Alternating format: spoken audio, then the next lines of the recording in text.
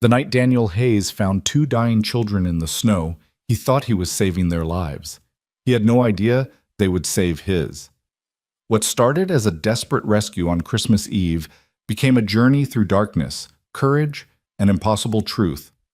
A story of a broken man, two abandoned girls, and the secret that connected them all. Stay until the end to discover what really happened, and comment your city below so I can see how far this story reaches across the world. The windshield wipers fought a losing battle against the Christmas Eve blizzard as Daniel Hayes gripped the steering wheel, his knuckles white against the cracked leather. The heater in his 15-year-old sedan barely worked, and his breath fogged the glass despite the groaning fan. In the passenger seat, his 12-year-old son Eli pressed his face against the cold window, watching the world disappear beneath sheets of falling snow. "Dad, can we stop for hot chocolate?" Eli asked, his voice small in the darkness of the car. Daniel's jaw tightened. He'd been counting change in his pocket at the gas station 20 minutes ago, barely scraping together enough for half a tank to get them home. Hot chocolate wasn't in the budget. Nothing was anymore. 3 months behind on rent.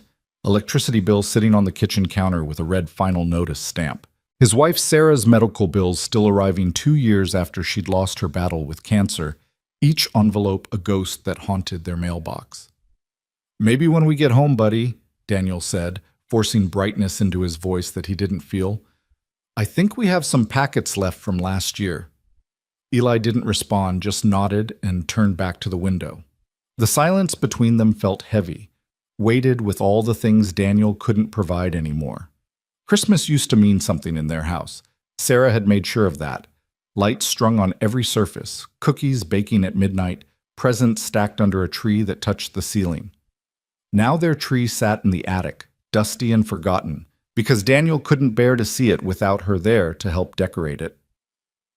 The road ahead curved through the old industrial district on the outskirts of town, a stretch of abandoned warehouses and empty lots where nobody went anymore. Streetlights were few and far between here, their orange glow swallowed by the storm. Daniel squinted through the snow, barely able to see 10 feet ahead. "Dad!" Eli's voice cracked like a gunshot. "Stop!" Daniel's foot slammed the brake. The car fishtailed on the icy road, sliding sideways before jerking to a stop at an angle across both lanes. His heart hammered against his ribs. "What? What is it?" Eli was already fumbling with his seatbelt, pointing frantically at something on the right shoulder. "There, Dad, there are kids out there. I saw them." "Eli, it's probably just—" "No, Dad, I swear, I saw 2 little kids on the ground." Daniel stared into the swirling darkness where his son pointed.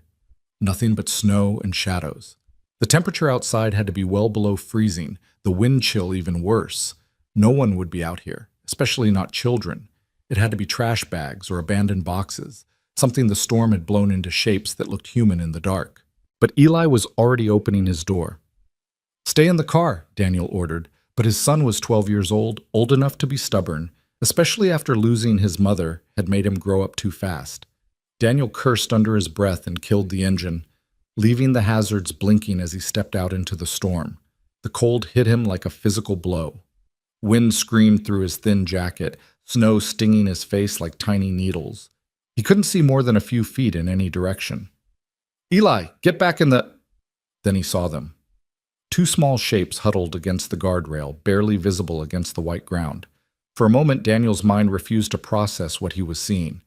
They were too small, too still. Just shadows, just debris, just anything other than what they actually were. But then one of them moved. "Oh God," Daniel breathed, and he was running, his shoes slipping on ice, cold air burning his lungs. Eli was right behind him, gasping. They were children, girls, twins by the look of them. Identical faces, same dark hair matted with ice and snow. 8 years old, maybe 9.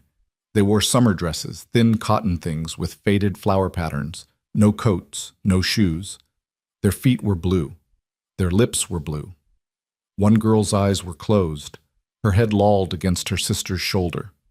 The conscious one tracked Daniel's approach with huge, terrified eyes that seemed too large for her emaciated face.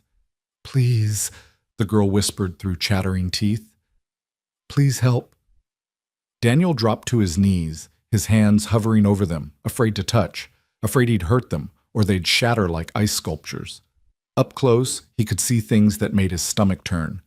Bruises in various stages of healing, purple, yellow, green, painted across their stick-thin arms and legs. Welts on their shoulders. One girl's cheek was swollen, an older injury that had never been properly treated. Their collarbones jutted out so sharply they cast shadows. These children were starving. These children had been beaten. These children were dying right here on this roadside while the world celebrated Christmas. Eli, get every blanket from the car. Now! His son sprinted back toward the vehicle. Daniel shrugged out of his jacket and wrapped it around both girls, trying to create some barrier against the wind.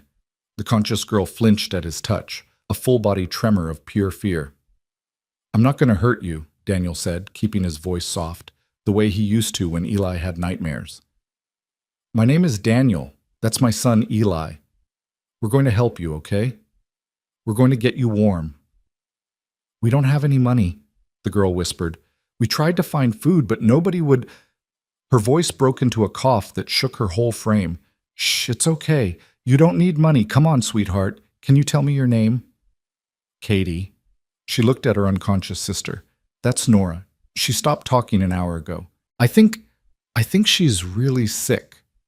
Eli returned with their emergency blanket, the silver thermal one Sarah had insisted they keep in the trunk. Daniel wrapped it around the girls as gently as possible, then scooped up the unconscious one, Nora, in his arms. She weighed nothing. A bag of bones in a dress. Her skin against his hands felt like touching ice, and for a horrible moment he thought he was too late, that she was already gone. But then he felt it, the faintest flutter of breath against his neck. Eli, help Katie. Support her weight. Don't let her fall. They made it back to the car in seconds that felt like hours. Daniel laid Nora across the back seat, cranked the heater to maximum, even though it would drain what little gas they had. Eli helped Katie into the other side, then climbed into the front. Daniel got behind the wheel, his hands shaking so badly he could barely fit the key in the ignition. Dad, shouldn't we call an ambulance? Eli asked, pulling out his phone. Daniel hesitated, his mind racing through scenarios. Yes, they should call 911. These girls needed immediate medical attention. But there would be questions. Where did he find them? Whose children were they? Why was he taking them in his car?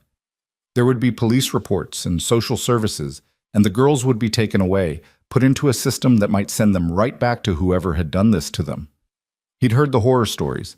He'd read the news articles about children who fell through the cracks, who begged for help and were sent home anyway, only to end up dead a month later.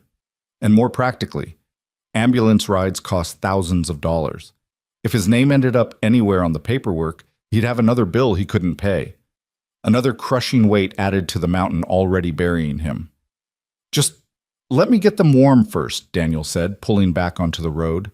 Let me see how bad it is. In the rearview mirror, he watched Katie pull the thermal blanket tighter around herself and her sister. She stared at him with those huge eyes, not quite trusting, not quite believing she was safe. Where are we going? She asked. My house. It's about 15 minutes from here. You're not taking us back? Something in her voice made Daniel's blood run cold. Back where, sweetheart? Katie's face crumpled, and suddenly she looked even younger than 8. To her. To Aunt Nina. Please don't take us back to her. Please, she'll hurt us worse for running away. Daniel's hands tightened on the wheel. I'm not taking you anywhere near anyone who hurts you, I promise. Everyone always says they'll help, and then they don't, Katie whispered. They always send us back. Eli turned around in his seat. My dad keeps his promises, he said fiercely. When he says something, he means it. You're safe now. The conviction in his son's voice made Daniel's throat tight. He didn't feel like someone anyone should trust. He was barely keeping his own life together, barely keeping food on the table for Eli, barely keeping the lights on. What right did he have to promise safety to anyone? But looking at those two girls in his mirror, one unconscious and possibly dying, the other watching him with desperate hope warring with learned helplessness in her eyes, Daniel knew he couldn't do anything else. You're safe, he repeated. I swear it. The rest of the drive passed in heavy silence, broken only by the sound of the heater fan and Katie's occasional coughs. Daniel kept checking the mirror, watching for signs that Nora was getting worse. Her chest rose and fell in shallow breaths, but she didn't wake. Hypothermia, malnutrition, who knew what else? Every medical show he'd ever half-watched with Sarah scrolled through his mind, warnings about rewarming victims too quickly, about organ failure, about a dozen ways these girls could still die even though he'd found them. His neighborhood appeared through the snow, a collection of modest houses with peeling paint and overgrown yards, cars up on blocks, chain-link fences listing at angles. His own house sat at the end of a cul-de-sac, a small ranch with brown siding and a roof that leaked when it rained hard. Sarah had always talked about fixing it up, painting the trim, planting flowers in the spring. Those plans had died with her. Daniel pulled into the driveway, noting the sad little wreath Eli had hung on the front door, his son's only concession to the holiday. Inside, the house would be cold because he'd turned the thermostat down to 60 to save money. The cupboards would be mostly bare because payday wasn't until after Christmas. The living room would be empty where the tree should stand. "Home sweet home," he muttered, more bitter than he meant it to sound. He carried Nora inside while Eli helped Katie navigate the icy walkway. The girl could barely stand, leaning heavily on Eli's shoulder. Inside, the house felt almost as cold as outside. Daniel kicked the thermostat up to 75. They'd deal with the bill later. And carried Nora to the couch, the same lumpy brown sofa where he'd fallen asleep every night for 2 years because he couldn't bear to sleep in the bed he'd shared with Sarah. "Eli, get more blankets from the closet and fill the bathtub with warm water, not hot, just warm. We need to bring their body temperature up slowly." While his son ran to follow orders, Daniel knelt beside Nora, checking her pulse at her wrist. Thready and fast. Her skin was still ice cold, lips purple, fingernails blue. He rubbed her hands between his, trying to generate friction, trying to will warmth back into her small body. Katie stood in the doorway, swaying on her feet, the thermal blanket wrapped around her shoulders like a silver cape. "Is she going to die?" "No," Daniel said firmly, with more confidence than he felt. "She's going to be fine, but I need to know. Has she eaten anything today?" Katie shook her head. "We found half a sandwich in a trash can yesterday morning. We split it. Before that, I don't remember. Maybe 3 days?" 3 days. These children hadn't eaten in 3 days. Daniel felt rage bubble up in his chest, hot and acidic. What kind of monster did this to kids? What kind of world let it happen? Okay, we're going to fix that. But we have to be careful. Your stomachs aren't used to food right now. If you eat too much too fast, you'll get sick, understand?" Katie nodded, but her eyes had drifted to the kitchen, visible through the doorway. Even from here, Daniel could see her staring at the fruit bowl on the counter, 3 apples starting to wrinkle. Her whole body leaned toward them, hunger evident in every line of her skeletal frame. "After we get you warmed up," Daniel said gently. "I promise." Eli called from the bathroom. "Water's ready?" "Can you walk?" Daniel asked Katie. She nodded and took a step, then her legs buckled. Daniel caught her before she hit the ground, surprised again by how little she weighed. He could feel every rib through the thin dress, every knobby joint of her spine. Carrying her to the bathroom, he wondered how long they'd been living like this. Months? Years? The bathroom was tiny, barely room for the toilet, sink, and tub. Steam rose from the water Eli had drawn, and the boy stood there looking proud and worried at the same time. Daniel set Katie on her feet, steadying her.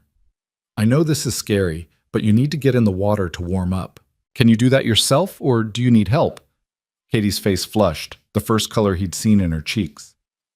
"By myself," she whispered. "Okay, we'll be right outside the door. Call if you need anything. And Katie, don't stay in longer than 10 minutes. Your body needs to warm up gradually."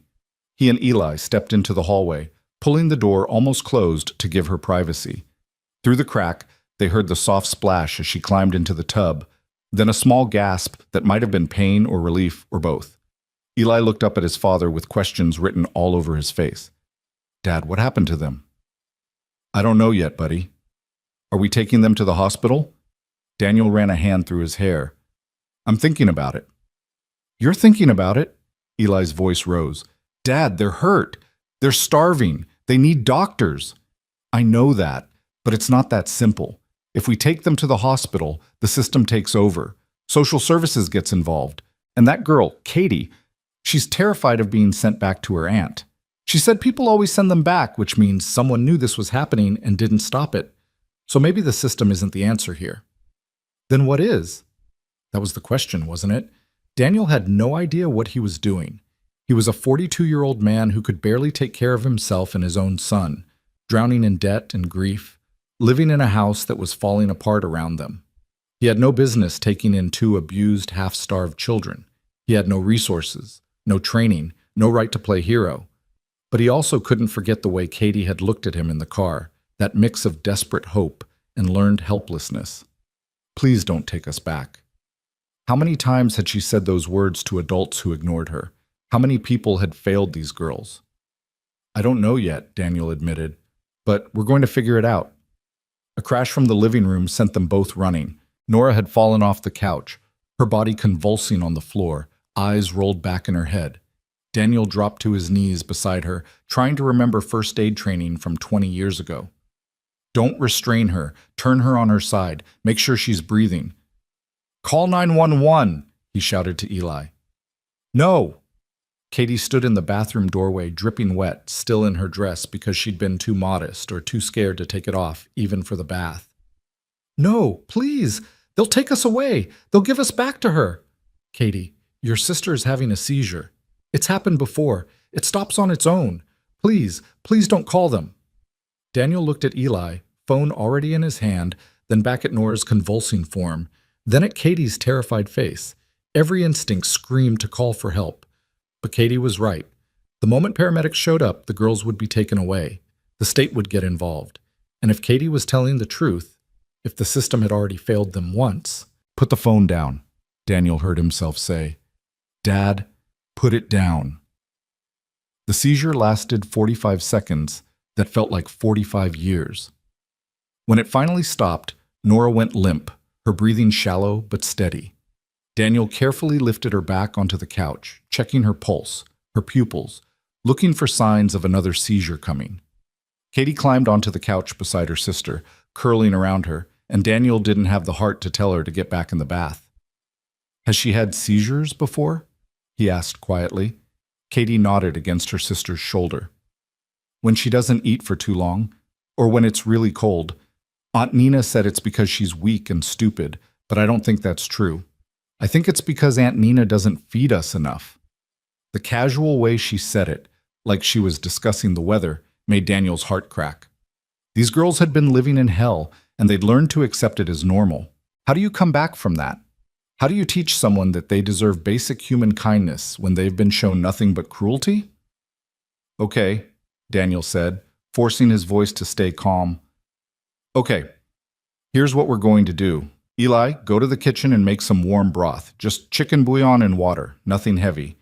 Katie, you and Nora are going to stay on this couch, under these blankets, and you're going to rest. I'm going to keep watch to make sure Nora doesn't have another seizure. And if she does, then we call 911 no matter what. Agreed? Katie hesitated, then nodded. The next 2 hours were among the longest of Daniel's life. He sat in the old recliner across from the couch, watching the girls sleep, watching for any sign of distress. Eli brought the broth, weak and salty and probably not nutritious enough, but it was something. They woke Katie first, got half a cup down her, then woke Nora.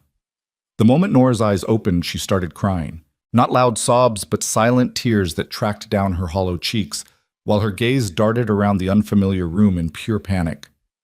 It's okay, Katie whispered, holding her sister's hand. This is Daniel and Eli. They helped us. We're safe. Where's Aunt Nina? Nora's voice was hoarse, barely audible. Not here.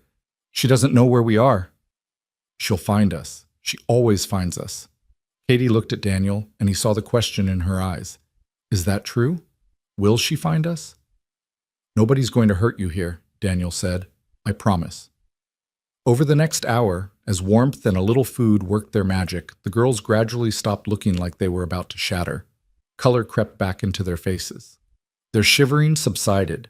They stayed huddled together on the couch like two halves of the same person, which Daniel supposed they were in a way. Twins who'd survived hell by clinging to each other. It was Eli who finally broke the careful silence. Do you guys want to see something cool? The girls looked at each other, then nodded cautiously.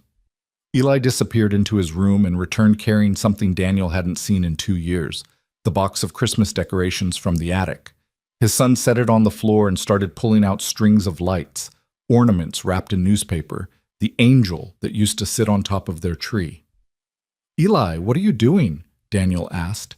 "It's Christmas Eve," Eli said simply. "Mom would want us to have a tree." Daniel's throat went tight. They'd stored the artificial tree in the attic after Sarah died, along with all the decorations she'd collected over 14 years of marriage. He hadn't been able to look at any of it, couldn't bear the memories attached to every ornament. This one from their honeymoon, that one from Eli's first Christmas, these handmade ones Sarah had crafted during her last good month when she'd still thought she'd have another Christmas with them. "Buddy, I don't think—" "Please, Dad." Eli's eyes were bright with unshed tears. "Please, they need a Christmas. We all do." Katie and Nora watched this exchange with wide eyes, not understanding the weight of what Eli was asking but sensing its importance. Daniel looked at them. Two broken children who'd been given every reason to stop believing in kindness, in safety, in anything good. Then he looked at his son, who'd lost his mother but was still somehow trying to save the world, one small act at a time. "Okay," Daniel whispered. "Let's do it." They spent the rest of the night transforming the living room. Eli retrieved the tree from the attic, a 6-foot artificial pine that had seen better days. Daniel helped him set it up in the corner while Katie and Nora watched from the couch, too weak to help but fascinated by the process. The girls had never seen anyone put up a Christmas tree before. Aunt Nina, they explained in halting voices, didn't celebrate holidays. Holidays were for people who deserved happiness, she'd told them, and they deserved nothing.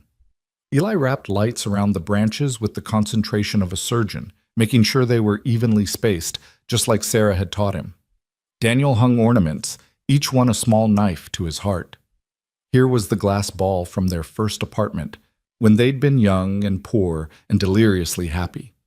Here was the felt reindeer Eli had made in kindergarten, complete with googly eyes. Here was the silver star Sarah had found at a yard sale, tarnished but beautiful, which she'd declared the most perfect ornament she'd ever seen.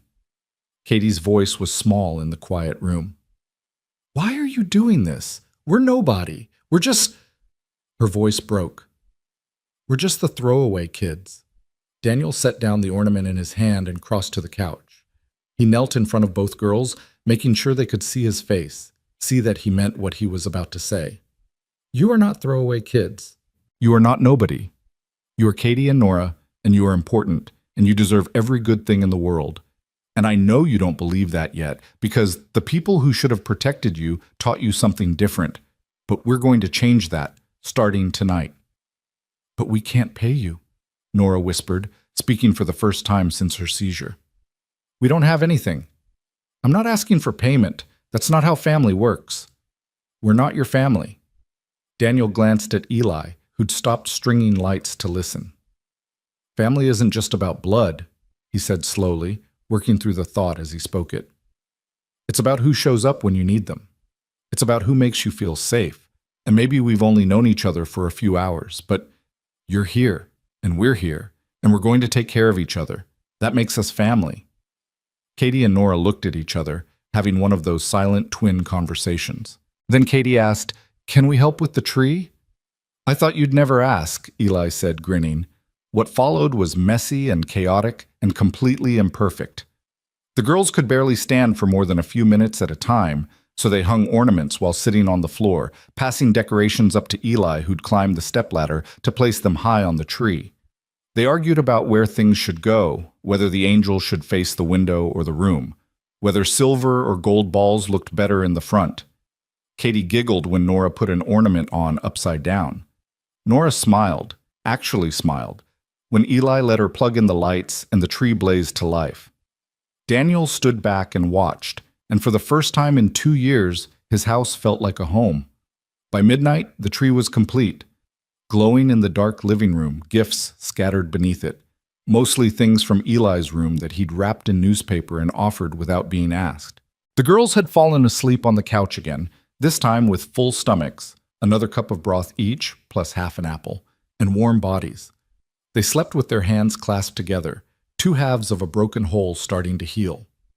Eli collapsed in the recliner, exhausted. Dad? Yeah, buddy. I'm glad we stopped. Me too. What are we going to do now? That was the million-dollar question. Daniel looked at the girls sleeping peacefully for perhaps the first time in years, and he thought about Katie's fear of being sent back, about the bruises and welts, about the way they'd said people always promised to help and never did. He thought about his empty bank account and the bills piling up, and the eviction notice that would probably arrive after New Year's.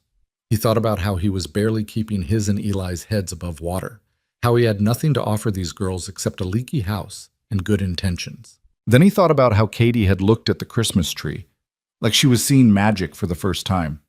He thought about Nora's smile when the lights came on. He thought about his son, 12 years old and already understanding that being a good person sometimes meant doing hard things, even when you had nothing left to give. And Daniel made a decision that would change all their lives. We're going to fight, he said quietly, for them, for us. We're going to do whatever it takes to make sure they're safe, even if that means taking on the whole world. Eli nodded, like this was the answer he'd expected, the answer he'd needed to hear. Mom would have done the same thing. Yeah, she would have. Outside, snow continued to fall on Christmas morning, covering the world in white. Inside, 4 people who'd been broken in different ways slept under one roof, held together by nothing but hope and the fragile promise of a better tomorrow. The battle had only just begun, but for tonight, for this one perfect moment, they had each other, a glowing tree, and the belief that sometimes, against all odds, broken things could be made whole again. Morning light filtered through the thin curtains, casting pale gold across the living room where 4 people lay sleeping in positions that told the story of their exhausted night. Daniel woke first, his back screaming from spending the night in the recliner, but he didn't move. The girls were still asleep on the couch, Katie's arm draped protectively over Nora even in sleep, both of them breathing deeply under the pile of blankets. Eli had curled up on the floor near the Christmas tree, using a throw pillow, refusing to go to his own bed when the girls might wake up scared in a strange place. Daniel's phone buzzed on the side table. A text from his landlord. Rent was due 3 days ago. Need payment by the 27th or I'm starting eviction proceedings. Merry Christmas. He stared at the message, then at the sleeping children, then back at the message. The rent was $1,500. He had $237 in his checking account. His next paycheck wouldn't come until January 3rd, and it would barely cover utilities and groceries. The math didn't work. The math hadn't worked for months, and he'd been juggling bills, paying the most urgent ones while others slipped further behind, a desperate game he was slowly losing. Now he had 2 more mouths to feed, 2 children who needed everything: clothes, food, medical care, safety. 2 children he'd promised would be okay. He was an idiot. A well-meaning idiot who'd just made an impossible situation even more impossible. But when Katie stirred and opened her eyes, and the first thing she did was look around in panic until she saw him sitting there, and then her whole body relaxed with relief, Daniel knew he'd make the same choice again. Some things mattered more than money. Some promises had to be kept, even when you had no idea how. "Morning," he said softly, so as not to wake the others. "You're still here," Katie whispered, like she couldn't quite believe it. "Where else would I be? This is my house. I thought maybe last night was a dream, or that you'd change your mind while we were sleeping and call someone to take us away." Daniel's heart twisted. "Not a dream, not changing my mind. You're safe here, Katie. I meant what I said." She nodded, but he could see she didn't quite believe him yet. Trust, he was learning, wasn't something you could promise into existence. It had to be earned through action, through showing up day after day, through proving that your words weren't empty. These girls had been lied to so many times that words meant nothing anymore. He'd have to show them, however long it took. Nora woke next, and this time when her eyes opened, there was less panic and more confusion. She looked at Katie, who squeezed her hand and whispered, "We're okay. Remember? Daniel and Eli helped us. We're safe."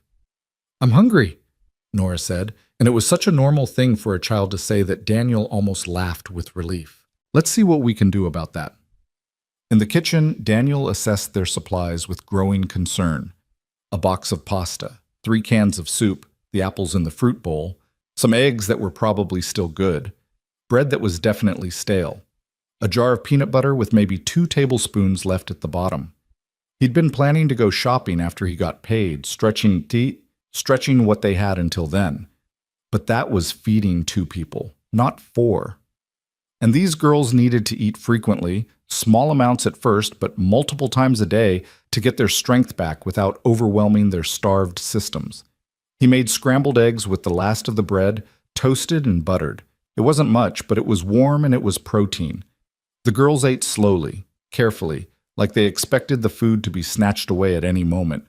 Nora kept glancing at the door, her shoulders tight with tension. "What's wrong?" Daniel asked gently.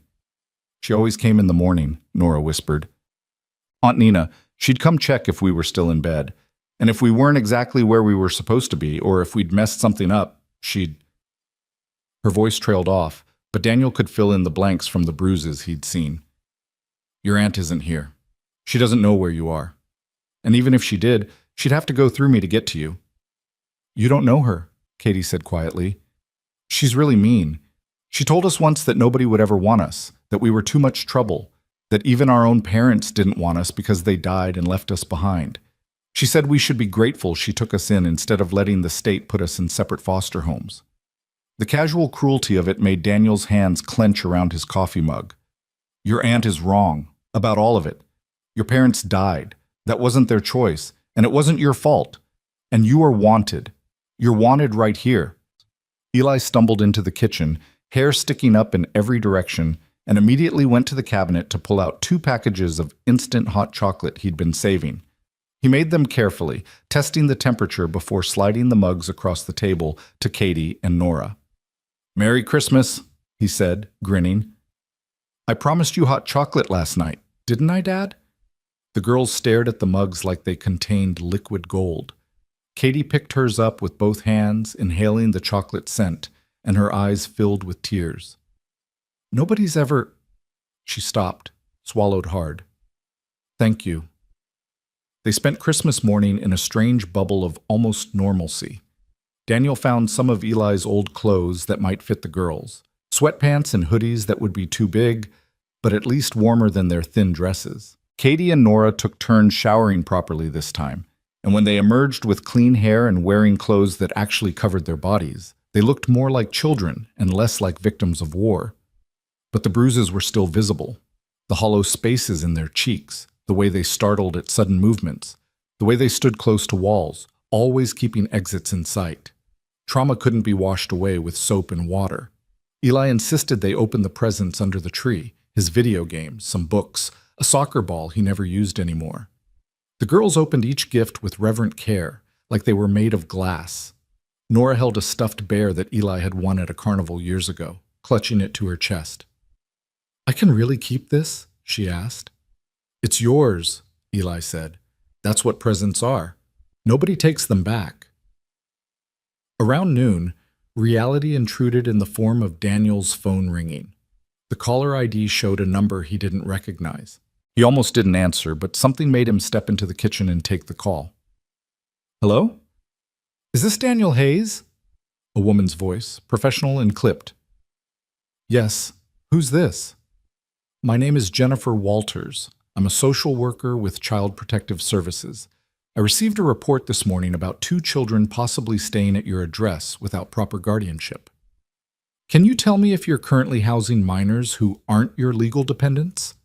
Daniel's blood turned to ice. The girls were in the living room just 15 feet away, laughing at something Eli said. How did CPS know they were here? He'd been so careful not to call anyone, not to create a paper trail that would— And then he understood. Someone had seen his car stopped on the road last night, or a neighbor had noticed unfamiliar children through the window. In a small town, nothing stayed secret for long. "Mr. Hayes," the social worker prompted, "I need you to answer the question." He thought about lying, about saying no, there were no children here, she had bad information, but that would only delay the inevitable. If CPS had his address, they'd show up eventually. Better to control the situation now than have them arrive with police backup. "Yes," he said quietly. "There are 2 girls here. I found them last night, on Christmas Eve, abandoned and freezing by the side of Route 47. They were in immediate danger, so I brought them to my home to get them warm and fed. I see. And you didn't think to call emergency services or CPS directly? The girls begged me not to. They said they'd been in the system before and it failed them. They said they'd be sent back to their abusive aunt. A pause. Mr. Hayes, I understand you thought you were helping, but what you've done is technically kidnapping. Those children have a legal guardian, and removing them without proper authorization, their legal guardian was starving them. Daniel's voice rose despite his effort to stay calm. They have bruises all over their bodies.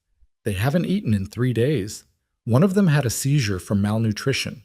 Their aunt did this to them, and if you send them back, she'll do worse. That's for us to determine. I'm going to need you to bring those girls to our office today so we can assess the situation properly. It's Christmas. Mr. Hayes, it's Christmas Day, and these children have probably never had a decent Christmas in their lives. Give them this one day, please. I'll bring them in tomorrow, first thing in the morning. I give you my word. Another pause, longer this time. If you don't show up tomorrow, I will send the police to retrieve them, and you'll be arrested for child endangerment and kidnapping. Am I clear? Crystal clear. 9 a.m. Ask for me at the front desk. She rattled off an address, which Daniel scribbled on a napkin with shaking hands. And Mr. Hayes, if those girls have any injuries that weren't properly reported, you'll be held responsible as well. The line went dead. Daniel stood in his kitchen, staring at the napkin with the address, his heart pounding so hard he thought it might crack his ribs. Tomorrow morning. He had less than 24 hours before he'd have to hand Katie and Nora over to the same system they'd begged him to protect them from, unless he didn't. The thought materialized before he could stop it. He could run. Pack up the car tonight, take the girls and Eli, and just drive. Head south where it was warmer, find some small town where nobody knew them, start over with new names, and what? Live on the run forever? Teach the girls that the only way to survive was to hide? Raise his son as a fugitive? Even if he could stomach that morally, practically, it was impossible. He had no money for gas, nowhere to go, no way to support 4 people while looking over his shoulder for police. No, running wasn't the answer. He had to fight. Properly, legally, through the system, even if the system was broken.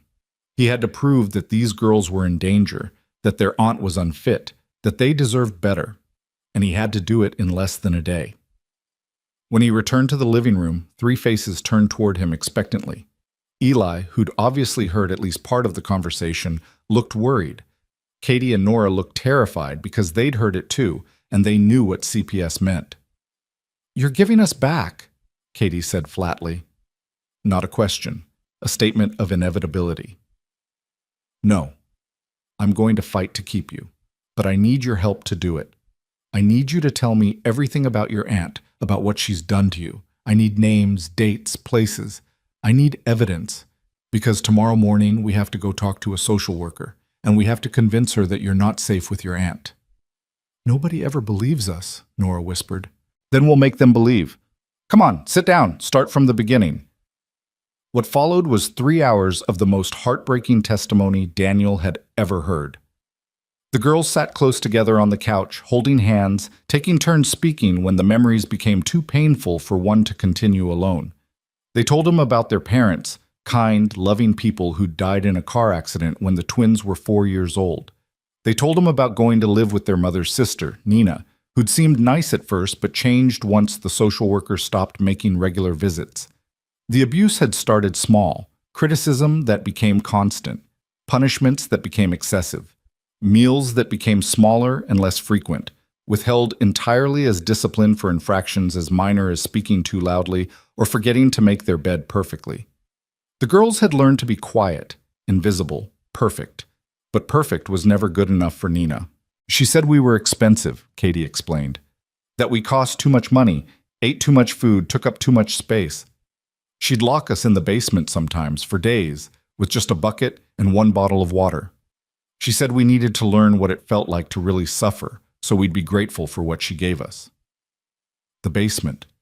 The thought of 2 small children locked in darkness for days made Daniel physically ill. How long did this go on? 4 years, Nora said quietly. We're 8 now. It started when we were 4. 4 years of systematic abuse.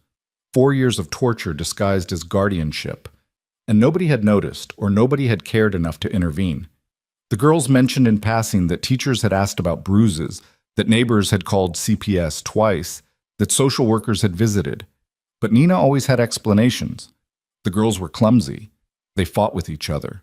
They had behavioral problems.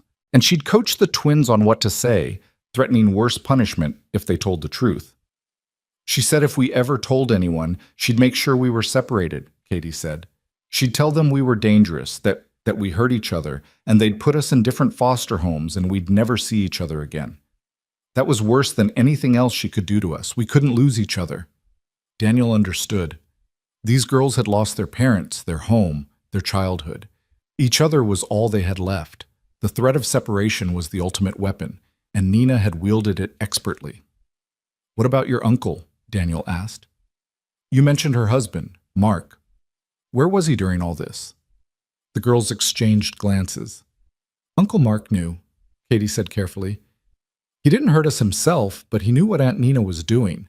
Sometimes he'd sneak us food when she wasn't looking, or leave the basement door unlocked so we could get out. But he never stopped her. He never called anyone. I think he was scared of her too. A coward then. A man who watched children suffer and did nothing because it was easier than standing up to his wife. Daniel added Mark to his mental list of people who'd failed Katie and Nora. Why did you run away last night? Nora's voice dropped to barely a whisper. She said we couldn't have Christmas. She said we didn't deserve it. But then she went out to a party with Uncle Mark, and we were so hungry, and we thought maybe if we could get to town, someone would help us. Someone would give us food or call the police or something. But it was so cold, and we got lost, and then we couldn't walk anymore. They'd walked almost 6 miles in the freezing cold, in summer dresses, looking for help. 6 miles before their bodies gave out on that roadside where Daniel and Eli had found them. If they'd been there another hour, they would have died of exposure. The thought sat like lead in Daniel's stomach. He pulled out his phone and started taking notes, documenting everything the girls told him. Times, places, specific incidents. The more detail he had, the stronger his case would be tomorrow. But even as he wrote, doubt gnawed at him. Would any of this be enough? Nina had fooled the system for 4 years. She knew how to present herself as a legitimate guardian. She'd have explanations for everything. And CPS would see a well-established home versus a single father who could barely support his own child, who technically kidnapped these girls, who had no legal standing whatsoever. The odds weren't good. Around 3 in the afternoon, Eli pulled Daniel aside while the girls were distracted by a movie he'd put on. Dad, I've been thinking. Yeah? We need proof, right? Evidence that shows what their aunt did? That's the idea. Well, they have bruises and scars and stuff. Shouldn't we, photograph them? So if the social worker doesn't believe them, we can show actual evidence? Daniel looked at his 12-year-old son and wondered when he'd gotten so smart. That's actually a really good idea, but we'd need their permission, and it might be uncomfortable for them.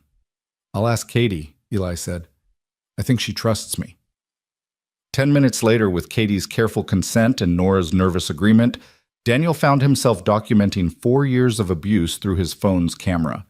He tried to be clinical about it, detached, just recording evidence. But every photo was a punch to the gut. Bruises in the shape of handprints on their upper arms, welts across their shoulders that could only have come from being hit with something. A belt, maybe, or a switch. Scars on their shins that Katie explained came from being forced to kneel on rice as punishment. The girls' protruding ribs, each one countable. Their concave stomachs. The way their spines created ridges under their skin. This was what 4 years of systematic starvation and abuse looked like. This was what happened when the system failed, when adults looked away, when nobody fought for children who couldn't fight for themselves. By the time he finished, Daniel had over 40 photographs and a rage burning in his chest that threatened to consume him. He wanted to find Nina and Mark and make them feel every ounce of pain they'd inflicted on these innocent children. He wanted justice, real justice, not the slap-on-the-wrist variety that people like Nina always seemed to receive. But rage wouldn't help Katie and Nora. Only strategy would. Only careful planning and solid evidence, and somehow convincing a social worker that these girls belonged with him, a stranger rather than their legal guardian. The rest of Christmas Day passed in strange limbo. They tried to keep things light for the girls' sake, watching movies and eating the soup Daniel had carefully rationed. Katie and Nora began to relax incrementally, their shoulders loosening, their voices growing less timid. They laughed at the funny parts of the movies. They asked questions about the house, about Eli's life, about normal things that normal children wondered about. But underneath the fragile normalcy, tension thrummed like a live wire. Tomorrow was coming. Tomorrow, everything would change again. That night, after the girls had fallen asleep in Eli's room, they'd refused to be separated, so Eli had given up his bed and taken the couch. Daniel sat at his kitchen table with a legal pad, trying to organize his thoughts. What were his options? What could he realistically do? Option 1. Convince CPS that he should be granted emergency custody. Problem. He had no legal standing, no relationship to the girls, no resources to care for them long term. CPS would laugh him out of the building. Option 2. Prove Nina was unfit and get the girls placed in foster care while a proper investigation happened. Problem. Foster care might separate them, and even if it didn't, there was no guarantee they'd end up somewhere better than Nina's house. The system was overwhelmed, understaffed, and foster homes ran the spectrum from wonderful to nightmarish. Option 3. Find another family member who could take the girls. Problem. If there had been anyone else, surely CPS would have placed them there originally instead of with Nina. Every option was bad. Every path led to pain and uncertainty, and the very real possibility that Katie and Nora would end up back exactly where they'd started. Unless. Daniel pulled out his laptop, an ancient thing that took 5 minutes to boot up, and started searching. He researched emergency custody laws, guardian ad litem appointments, kinship care regulations. He read horror stories about children lost in the system and success stories about families who'd fought bureaucracy and won. He compiled a list of pro bono lawyers who specialized in child welfare cases. He found statistics about recidivism in abuse cases, studies showing that children returned to abusive homes faced increased danger. By 2 a.m., his eyes burned and his head pounded, but he had the skeleton of a plan. It wasn't perfect, it wasn't even good. But it was something, and something was better than nothing. He was about to close his laptop when he noticed an email notification. The sender, Mark Whitmore. The subject line, I know where they are. Daniel's blood turned to ice. Mark was Nina's husband, the girl's uncle. How did he have Daniel's email? How did he even know the girls were here? With shaking hands, Daniel opened the message. Mr. Hayes, my name is Mark Whitmore. I'm the husband of Nina Whitmore, the legal guardian of Katie and Nora. I know they're with you. My wife is furious and planning to call the police tomorrow to have you arrested for kidnapping. But before that happens, I need to talk to you. Alone. There are things you need to know about Nina, about what she's done, about why I've been too afraid to speak up until now. I can help you, but we need to meet tonight. I'll be at the Waffle House on Route 47 at 3 a.m. Come alone, please. This might be the only chance those girls have. Daniel read the email 3 times, looking for the trap. This could be a setup. Mark could be working with Nina, trying to lure him out so she could take the girls back while he was gone. Or Mark could be genuine, a coward finally finding his courage because his conscience wouldn't let him stay silent anymore. Either way, Daniel couldn't ignore it. If there was even a chance Mark had evidence, testimony, anything that could help prove Nina's abuse in court, he had to take it. He checked on the kids one more time, all 3 sleeping soundly, then grabbed his jacket and car keys. He left a note on the kitchen table in case Eli woke up. Had to run out, be back soon, keep doors locked, call if anything happens. Then he drove through the dark streets to a meeting that would either save everything or destroy it completely. The Waffle House was nearly empty at 3 in the morning, just a tired waitress and a drunk guy nursing coffee in the corner booth. Mark Whitmore sat in the back, hunched over a cup of tea, looking like a man who hadn't slept in days. He was mid-40s, soft around the middle, with thinning hair and the kind of face that was easy to forget. Not someone you'd peg as living with a monster, but then again, monsters rarely looked like monsters on the outside. Daniel slid into the booth across from him. You have 5 minutes to convince me this isn't a waste of time. Mark's hand shook as he wrapped them around his cup. Nina doesn't know I'm here. If she finds out I talked to you, she'll... He stopped, swallowed hard. She'll make my life hell. More than she already does. Your life is hell? Those girls have been tortured for 4 years and you did nothing. I know. Mark's voice cracked. I know, and I'll never forgive myself for that. I'm a coward. I've always been a coward. But I can't stay silent anymore. Not after what she did on Christmas Eve. What did she do? Mark pulled out his phone and set it on the table between them. On the screen was a video paused at the beginning. I started recording her about 6 months ago. Not constantly, just when I thought she might do something. I've been building evidence, trying to work up the courage to turn her in, but I was too scared. Until last night. He pressed play. The video showed a basement, concrete walls, one bare bulb hanging from the ceiling, a washer and dryer in the corner. 2 small figures sat on the cold floor, huddled together for warmth. Katie and Nora, looking even more skeletal than they did now. The timestamp showed December 23rd, 9:47 p.m. Nina's voice came from off-camera, sharp and cruel. You think you deserve to eat today? After you broke that plate this morning? It was an accident, Katie's voice, small and terrified. We're sorry. Sorry doesn't fix broken plates. Sorry doesn't pay for the food you waste. You know what? I'm done with you two. Done feeding you, done housing you, done pretending I care whether you live or die. Tomorrow is Christmas Eve, and I'm going to a party, and when I come back, if you're still here, I'm calling social services and telling them you ran away. Let them deal with you. Please, Aunt Nina, get out. Get out of my house. Walk to town. Beg on the streets. Freeze to death for all I care.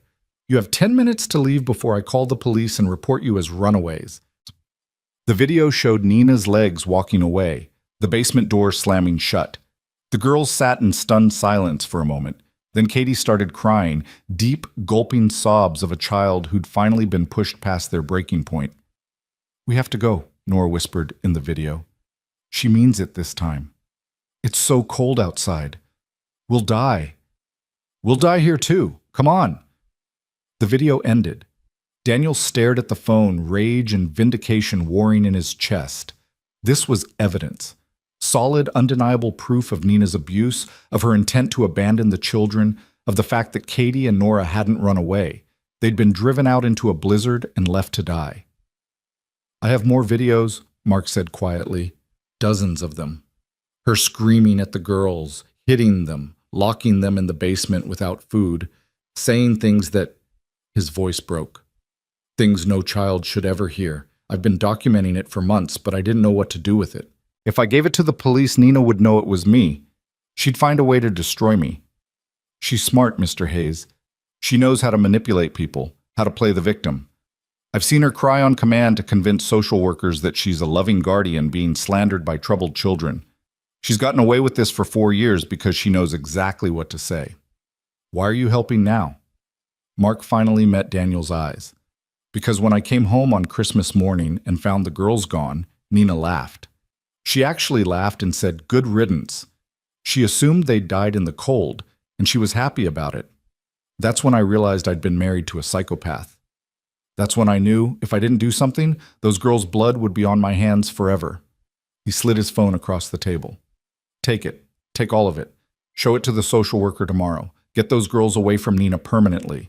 I'll testify in court if you need me to. I'll admit I stood by and did nothing. I'll take whatever punishment comes my way, but please don't let her get them back. Daniel picked up the phone, feeling its weight like a grenade. This was it. This was the evidence that could save Katie and Nora. This was the ammunition he needed to fight CPS, to prove Nina was unfit, to keep the girls safe. She's going to destroy you for this, Daniel said. I know, but maybe that's what I deserve. Mark stood up, dropping a 20 on the table to cover his tea. There's one more thing you should know. Nina's family has money, old money. Her father is Lawrence Blackwell, the Blackwell who owns half the commercial real estate in this county. When this goes to court, she'll have expensive lawyers, connections, people who can make your life difficult. You're going to be fighting someone with a lot more power than you have. I don't care.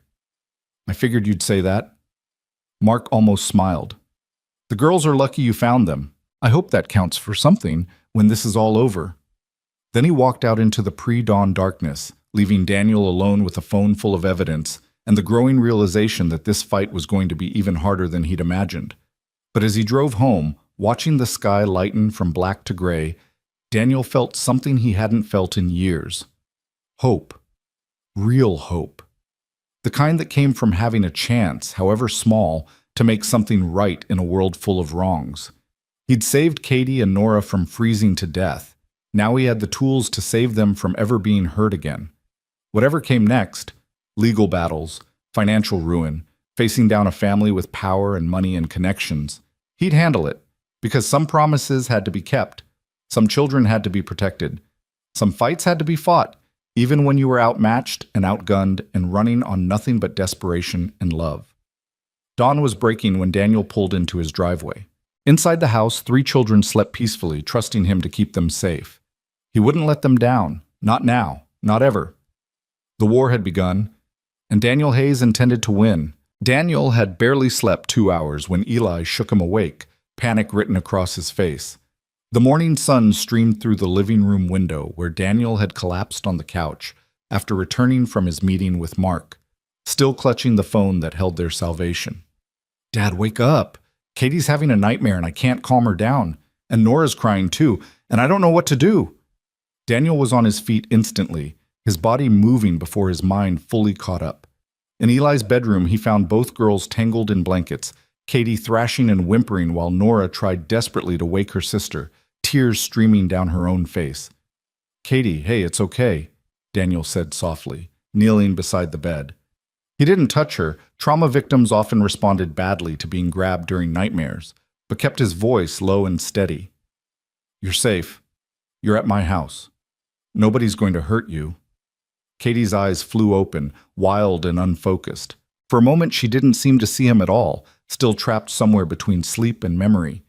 Then recognition dawned, and she launched herself at Daniel, wrapping skeletal arms around his neck and sobbing into his shoulder. "She was there," Katie gasped between sobs. "Aunt Nina was here, and she was dragging us back to the basement, and you couldn't stop her, and—" "Just a dream," Daniel murmured, finally allowing himself to hold her, one hand rubbing small circles on her back the way he used to comfort Eli after Sarah died. "Just a bad dream. Your aunt doesn't know where you are. She can't get to you." But even as he said it, doubt flickered. Nina would know by now that the girls were missing. Mark said she planned to call the police today. Even with the evidence Mark had provided, there would be a window of time where Nina could claim her rights as legal guardian, where the system might side with her simply because the law was on her side. The CPS appointment was in 3 hours. 3 hours to get the girls ready, to prepare them for what was coming, to somehow convince a social worker that everything he'd done was right. Nora crawled over and pressed against Daniel's other side, and he wrapped his free arm around her, holding both girls while they cried out 4 years of fear and pain and accumulated trauma that couldn't be healed in a single night, no matter how many Christmas trees he put up or promises he made. Eli stood in the doorway looking helpless and young, and Daniel realized his son was scared too. Scared they'd lose the girls. Scared his father would get in trouble. Scared that doing the right thing would somehow lead to everything falling apart. "Come here, buddy," Daniel said, and Eli didn't hesitate, joining the pile on the floor, 4 people holding each other like they could create safety through proximity alone. They stayed like that until the girls' breathing steadied and the tears dried on their cheeks. When they finally pulled apart, Daniel checked his watch, 7:45. They needed to leave in an hour to make the 9 o'clock appointment. First, though, the girls needed to eat, needed to look as healthy and cared for as possible, needed to understand what was about to happen. In the kitchen, Daniel scrambled the last of the eggs and toasted the final slices of bread. It wasn't much. His cupboards were now completely bare, but it was something. While the girls ate slowly, carefully, he sat across from them and laid out the situation as gently as he could. "Remember I told you we have to go talk to a social worker today? Her name is Jennifer Walters, and her job is to make sure children are safe and taken care of. She's going to ask you questions about your aunt, about what happened to you, about why you ran away. I need you to tell her the truth. All of it. I know it's scary. I know you've told people before and they didn't believe you, but this time is different." "How?" Katie asked, her voice small. How is it different? Daniel pulled out Mark's phone. Because this time, we have proof. Your Uncle Mark came to see me last night. He gave me videos he's been recording of your aunt, evidence of everything she's done to you. The social worker won't be able to ignore this. The girls stared at the phone like it might bite them. Uncle Mark helped us? Nora whispered, disbelief coloring every word. But he never helps. He just watches. I know, and he knows that was wrong, but he's helping now, when it matters most. He wants to make sure you never have to go back to that house. Katie's face crumpled. What if it's not enough? What if they still make us go back? Dad, I can't. She stopped, her eyes going wide as she realized what she'd called him. I mean, Daniel, I'm sorry, I didn't mean. It's okay, Daniel said, his throat tight. You can call me whatever feels right. Eli grinned despite the tension. Does this mean I have sisters now? We're not really, Katie started, but Nora interrupted her. I'd like to have a brother, she said quietly. And a dad who doesn't let people hurt us. The simple statement landed like a bomb in the quiet kitchen. These girls who'd been taught they deserved nothing, who'd been told they were worthless and unwanted, were daring to hope for a family. And Daniel, who could barely keep his own life together, was somehow supposed to make that hope into reality. Let's take this one step at a time, he said, trying to sound more confident than he felt. First, we convince the social worker. Then, we figure out the rest. They arrived at the Department of Social Services building at 8:50, Daniel's ancient sedan rattling into a parking space near the entrance. The building was gray concrete and narrow windows, institutional and unwelcoming, the kind of place designed for processing people rather than helping them. Katie and Nora held hands in the back seat, both pale, both terrified. Eli had insisted on coming despite Daniel's suggestion he wait in the car, and Daniel was grateful. His son's presence seemed to calm the girls, gave them someone to focus on besides their fear. Inside, fluorescent lights hummed overhead, and the smell of industrial cleaner couldn't quite mask the underlying scent of desperation that clung to places where people came when they'd run out of options. A bored receptionist sat behind bulletproof glass, barely looking up as they approached. Here to see Jennifer Walters, Daniel said. 9 o'clock appointment. Daniel Hayes. The receptionist checked her computer, then buzzed them through a security door. They waited in a small room with plastic chairs bolted to the floor and children's drawings taped to the walls, attempts to make the space less threatening that only highlighted how threatening it actually was. Katie and Nora sat pressed together, their eyes tracking every person who walked past the door. Jennifer Walters appeared at 9:03, a thin woman in her 50s with gray-streaked hair pulled into a severe bun and eyes that had seen too much human misery to be shocked by anything anymore. She wore the expression of someone perpetually exhausted by a job that demanded more than any person could give. Mr. Hayes, I'm Jennifer Walters, and these must be Katie and Nora. Her voice softened fractionally when she addressed the girls. Thank you for coming in today. I know this is scary, but I promise we're going to figure out what's best for you. She led them to a conference room barely large enough for the table it contained. Daniel, Eli, and the girls sat on one side while Jennifer took the other, spreading out a manila folder thick with papers. Before we begin, Mr. Hayes, I need to inform you that removing children from their legal guardian without authorization is a serious offense. You're currently under investigation for possible kidnapping charges. Do you understand that? I understand that I saved 2 children who were dying on the side of the road on Christmas Eve, Daniel said evenly. I understand that their legal guardian had thrown them out into a blizzard with no coats, no shoes, no food. I understand that if I hadn't stopped, they'd be dead right now. So yes, I understand you think I committed a crime, but I'd do it again in a heartbeat. Jennifer's expression didn't change. The law exists to protect children, Mr. Hayes. Even when it seems counterintuitive, there are procedures that must be followed, procedures you violated. The law was already failing these girls. It failed them for 4 years while their aunt starved and beat them. Where were you then? Where was CPS when Katie and Nora were locked in a basement for days without food, when they were being told they deserved to suffer? We don't have any record of calls regarding Nina Whitmore or these children. That's because she's good at hiding it. She coaches them on what to say, threatens them with separation if they tell the truth, puts on a performance for social workers. But she made a mistake this time. She threw the girls out, and her husband recorded it. Daniel placed Mark's phone on the table. Everything you need to see is on here. Videos spanning 6 months, documenting systematic abuse. Nina Whitmore is not fit to care for these children, and I have proof. Jennifer picked up the phone, her skepticism evident. I'll need to verify the authenticity of any evidence before— Just watch one, Daniel interrupted. Please, one video. Then decide if you still think I'm the criminal here. Something in his voice must have convinced her, because Jennifer unlocked the phone and clicked on the first video. Daniel had already watched them all during his sleepless hours before dawn, had memorized every moment of cruelty captured in digital clarity. But watching Jennifer's face as she saw Nina berating the girls for breaking a plate, calling them parasites and worthless mouths to feed, watching her expression shift from professional detachment to genuine horror, that was new.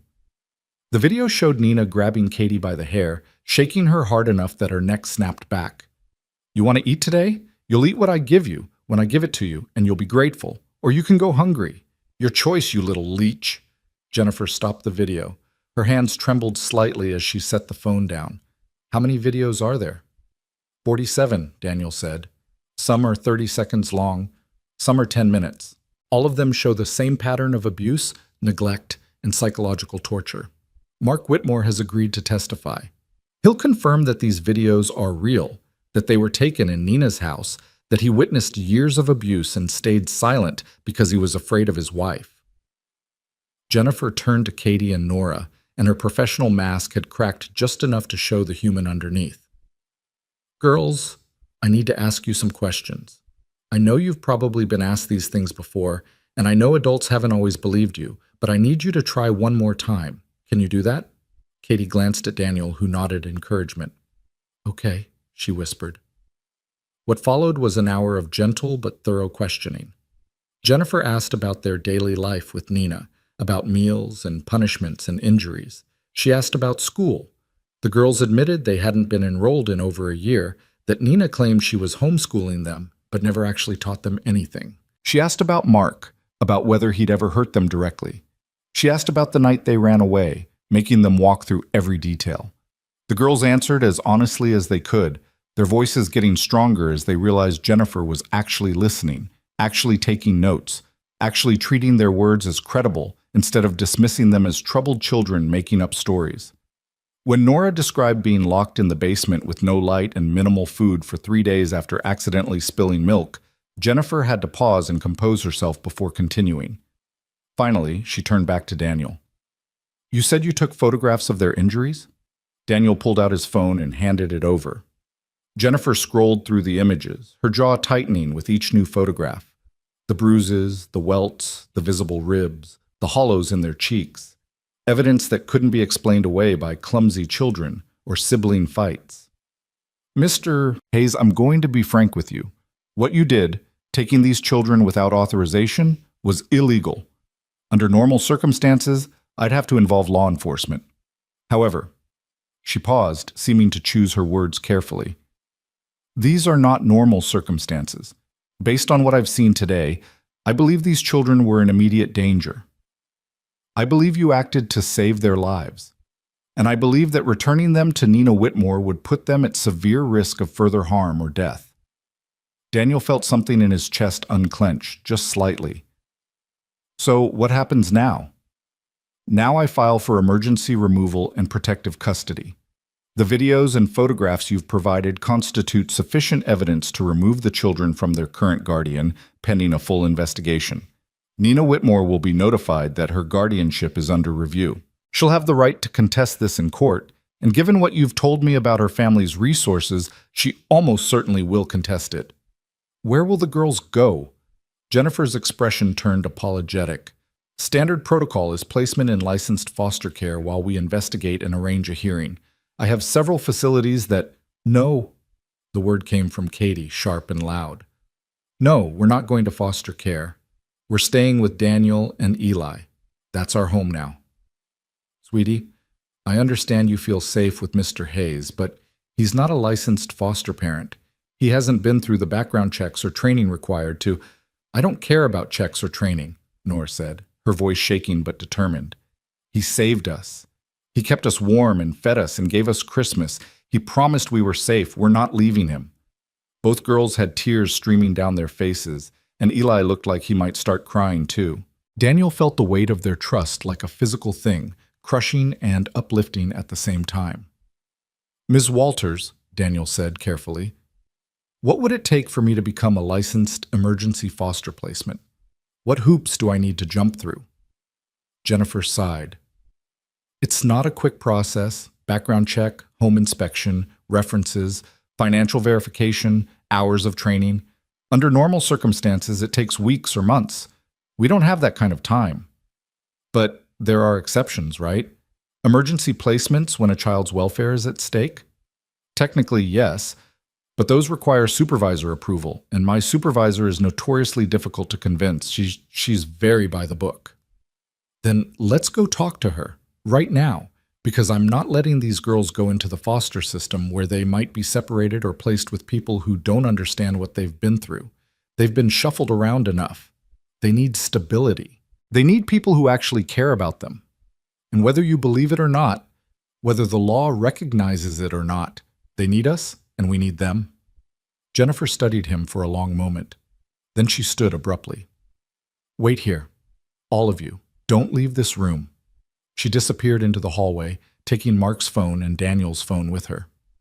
The five of them sat in heavy silence. The only sound Katie's quiet sniffling and the hum of fluorescent lights overhead. "Dad?" Eli said softly. "What if she says no? Then we figure out plan B." "What's plan B?" Daniel didn't have an answer to that because there was no plan B. This was it. This was their only shot at keeping the girls safe without running or hiding or breaking more laws than he already had. If Jennifer's supervisor said no, if they forced Katie and Nora into foster placement, he'd lose them. The system would swallow them up and he'd be nothing but a footnote in their file. The man who'd briefly given them hope before reality crushed it again. 20 minutes passed. 30. 45. Daniel was starting to think Jennifer had called the police, that any moment officers would arrive to arrest him and take the girls away, when the door finally opened. Jennifer entered, followed by a woman in her 60s with steel gray hair and a face that suggested she'd forgotten how to smile sometime during the Reagan administration. Her ID badge read, "Margaret Thornton, Supervisor." "Mr. Hayes," Margaret said, her voice clipped and professional, "I've reviewed the evidence Ms. Walters showed me. I've also run a preliminary background check on you. No criminal record, steady employment as a warehouse supervisor, widowed 2 years ago, sole custody of your son.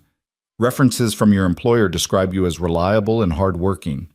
Daniel held his breath. "However," Margaret continued, "you have significant financial difficulties. You're behind on rent, you have outstanding medical bills, and your income is barely sufficient to support yourself and one child, let alone 3 additional dependents. The state cannot place foster children in a home that doesn't meet basic financial stability requirements." Katie made a small, wounded sound.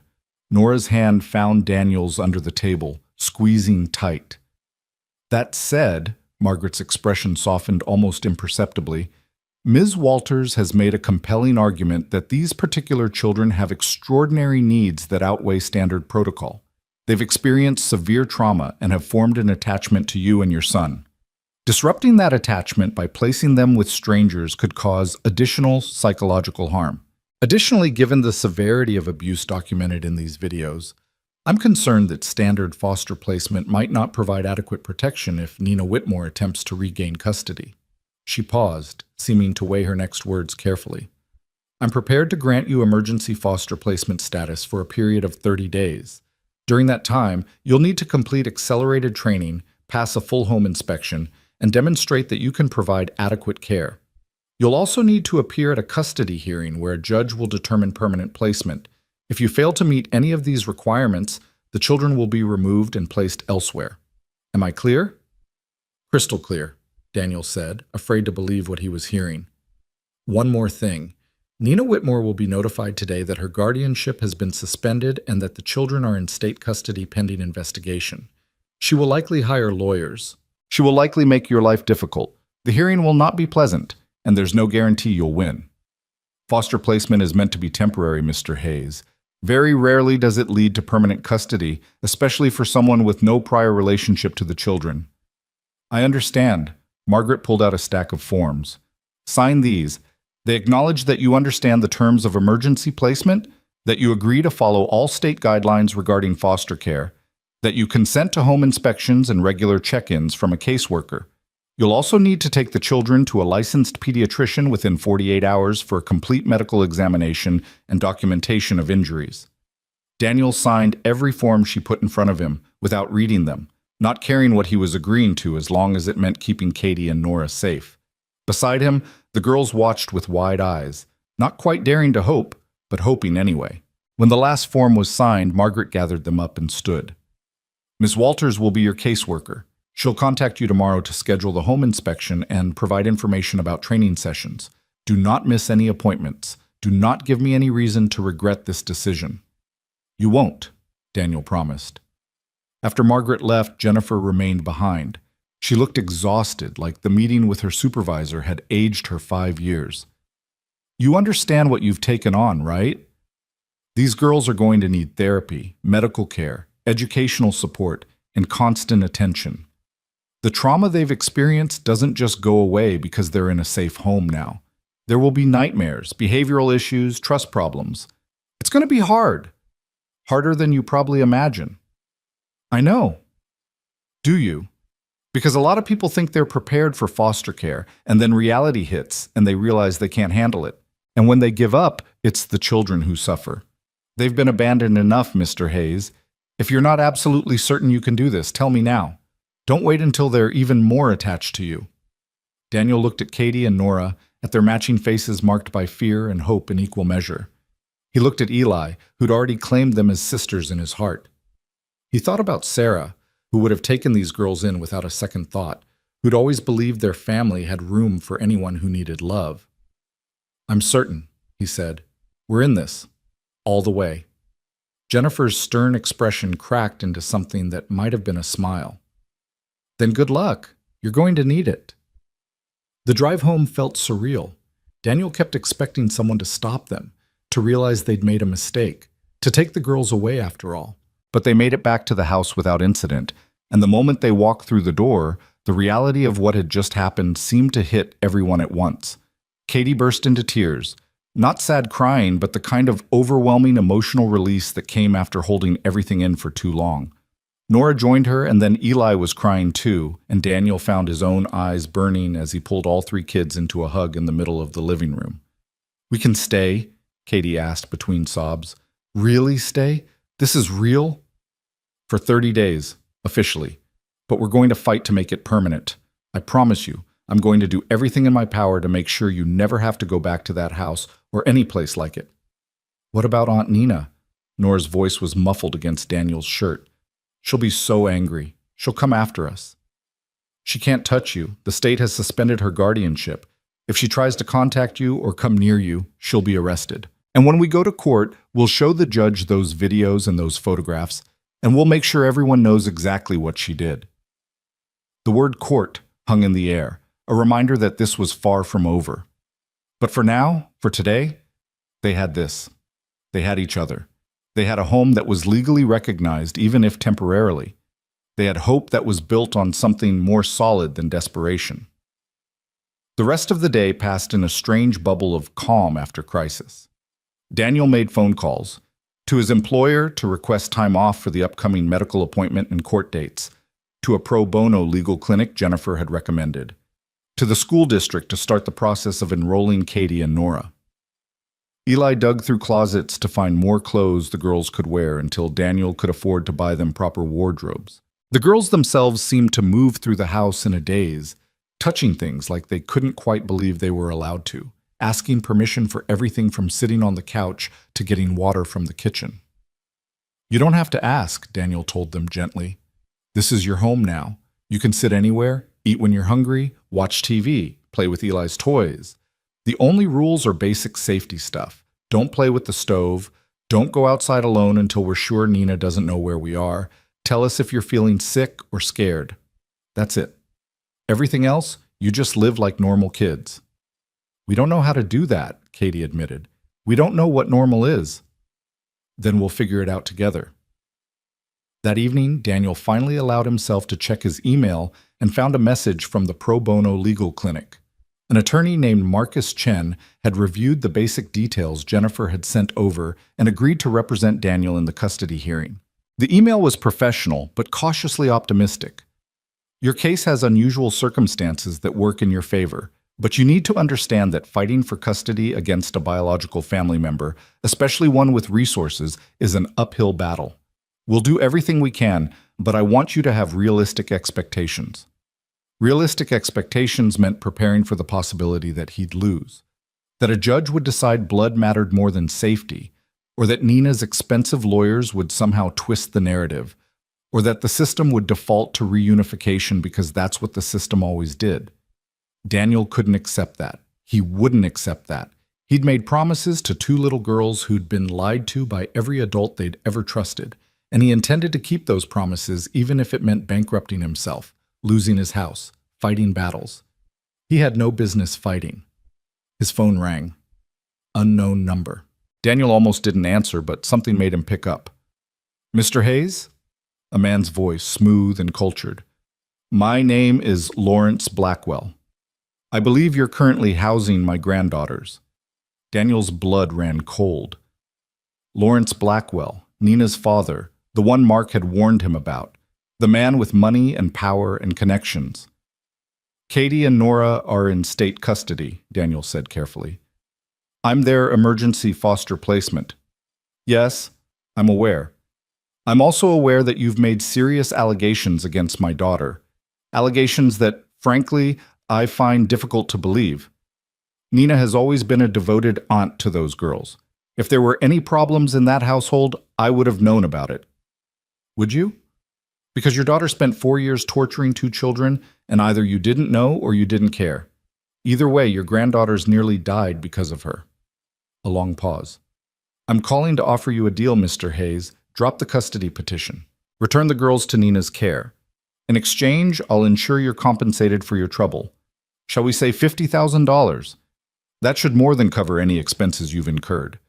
Daniel laughed, a harsh sound with no humor in it. "You think you can buy them? You think I'd sell two abused children back to their abuser for $50,000? I think you're a man drowning in debt who's taken on a responsibility he can't afford. I think you're well-meaning but naive, and I think you have no idea what you're up against. My daughter will fight this with every resource at her disposal. She'll have the best lawyers money can buy. She'll have character witnesses and expert testimony and every advantage. What will you have? A public defender and good intentions? That won't be enough. I have the truth. I have evidence. I have two little girls who deserve better than what your daughter gave them. The truth is subjective, Mr. Hayes. Evidence can be disputed. Children can be confused or coached. But family is permanent. Blood is permanent. And at the end of the day, judges tend to side with biological family. You're nothing to those girls, a stranger who played hero for a weekend. When this goes to court, you'll lose, and Katie and Nora will go home where they belong. Over my dead body. That can be arranged, Lawrence said, and though his tone remained pleasant, the threat was unmistakable. Think about my offer, $50,000, a fresh start for you and your son. Or you can fight and lose and walk away with nothing but legal bills and regret. Your choice. The line went dead. Daniel sat in his kitchen, shaking with rage and fear and determination. They were coming after him now. The full weight of the Blackwell family money and influence turning toward him like a weapon. They'd try to intimidate him, discredit him, destroy him. They'd make him wish he'd never stopped on that road on Christmas Eve. But he had stopped. He had found those girls. And he'd be damned if he'd abandoned them now, just because powerful people wanted him to. In the living room, he could hear Eli teaching Katie and Nora how to play a board game, their laughter floating through the house like music. Normal sounds, happy sounds, the sounds of children who'd been given a chance to be children again. That's what he was fighting for. Not custody papers or legal victories, but those sounds, that laughter, that chance. The battle ahead would be brutal. Daniel knew that now. Nina would have her father's money behind her, lawyers who could twist facts and manufacture doubt, connections that could make his life hell. The odds were stacked impossibly against him. But he'd faced impossible odds before. He'd watched his wife die and somehow found the strength to keep going for Eli's sake. He'd worked 3 jobs to pay medical bills that would never be fully paid. He'd survived grief and poverty and the kind of loneliness that hollowed you out from the inside. He could survive this too. He had to. Because 3 kids were counting on him, and he'd promised them safety, and Daniel Hayes kept his promises, even when keeping them might cost him everything. The morning after Lawrence Blackwell's threatening phone call, Daniel woke to find Nora standing beside the couch where he'd fallen asleep again, her small hand gently shaking his shoulder. Pale winter sunlight filtered through the curtains, and for a disorienting moment, he couldn't remember what day it was or why his entire body ached like he'd been hit by a truck. Then memory crashed back. The custody battle. The threat. The impossible fight ahead. "Daniel?" Nora's voice was barely a whisper. "Are you okay? You were making sad sounds in your sleep." He sat up, rubbing his face. "I'm fine, sweetheart. Just tired." "What time is it?" 7:30. Katie's still sleeping, but I got hungry and I didn't know if I was allowed to get food by myself. The fact that she had to ask permission to eat in her own home, because this was her home now, temporary or not, made Daniel's chest tighten. "You're always allowed to get food. Always. If you're hungry, you eat. That's a rule here, okay? Nobody goes hungry in this house." Nora nodded, but her eyes were uncertain, like she was waiting for the catch. There was always a catch with adults. Daniel recognized that look because he'd seen it in Eli's eyes for months after Sarah died. That wariness that came from learning the world wasn't safe, that good things could be ripped away without warning. "Come on," he said, standing and stretching his protesting back. "Let's make breakfast together. You can help." In the kitchen, Daniel assessed their situation with growing concern. The eggs were gone. The bread was gone. The cupboards held exactly 3 cans of soup, a box of pasta, and some stale crackers. His bank account held $73 until his next paycheck in 5 days. He had 4 people to feed and barely enough food for one day, let alone 5. He'd have to get creative. And by creative, he meant swallowing his pride and doing something he'd sworn he'd never do. "Nora, can you wake up Katie and Eli? Tell them we're going on an adventure." 20 minutes later, all 4 of them were in the car heading toward St. Mary's Church on the east side of town. Daniel had driven past their food pantry 100 times over the past 2 years, had seen the signs advertising free groceries for families in need, and had always told himself he wasn't that desperate yet. He had a job. He could provide for his son. Accepting charity meant admitting failure, meant acknowledging that he couldn't handle things on his own. But this wasn't about pride anymore. This was about 3 kids who needed to eat, and Daniel's stubborn refusal to ask for help didn't matter in the face of their empty stomachs. The church parking lot was already half full when they arrived, despite the early hour. Other families stood in line outside the fellowship hall, some looking embarrassed, others resigned, a few openly grateful. Daniel recognized a couple of people from the neighborhood, the single mom from 3 streets over who worked 2 jobs, the elderly veteran who lived alone, the young couple with a newborn baby who'd moved in last month. Poverty had a way of being invisible until you were standing in it yourself. "Why are we here?" Katie asked nervously, pressing close to Daniel's side as they joined the line. "We need groceries, and this is where people go when money's tight. There's no shame in it. Sometimes people need help, and sometimes people are able to give help. That's how communities work." Eli looked uncomfortable. "Dad, I thought you said we were okay. You said—" "I said a lot of things that were more hopeful than honest, buddy. Truth is, we've been struggling since your mom died, and taking in Katie and Nora means we need more resources than I have right now. So we're going to accept some help until I can get back on my feet. Understand?" His son nodded slowly, and Daniel saw him processing this new information, that his father wasn't invincible, that they'd been closer to the edge than Eli had realized, that the illusion of stability Daniel had worked so hard to maintain was just that, an illusion. Inside the fellowship hall, volunteers with kind faces directed them through stations where they could select canned goods, produce, bread, and other staples. Everything was donated, some of it slightly past its prime, but still edible. Daniel filled 2 bags with whatever looked nutritious enough to help Katie and Nora regain their strength. Canned chicken, beans, rice, vegetables, fruit cups, peanut butter, oatmeal. One volunteer, an elderly woman with silver hair and warm eyes, pressed a $20 bill into his hand. "For the little ones," she whispered, "get them something special." Daniel tried to refuse, but she closed his fingers around the money. "I've been where you are, dear. I know what it's like to choose between pride and feeding your children. Choose the children. Always choose the children." He thanked her with a voice that cracked around the edges and herded his small family back to the car, where Katie and Nora were uncharacteristically quiet. "Are we poor?" Nora asked as Daniel loaded the bags into the trunk. He paused, considering how to answer. Sarah would have known what to say. She'd always been better with the emotional stuff, the hard conversations. But Sarah was gone, and Daniel had to fumble through on his own. "Right now, we don't have a lot of money," he said carefully. "But we have enough. We have food. We have a home. We have each other. Some people have less. Some people have more. The important thing is we take care of each other and we accept help when we need it, so we can survive to fight another day." Katie's eyes were wet. "Is it because of us? Are you poor because you took us in?" "No," Daniel said firmly. "I was barely making it before I found you. Taking you in didn't break anything that wasn't already cracked. And I'd rather be broke with all of you than comfortable and alone. Money comes and goes.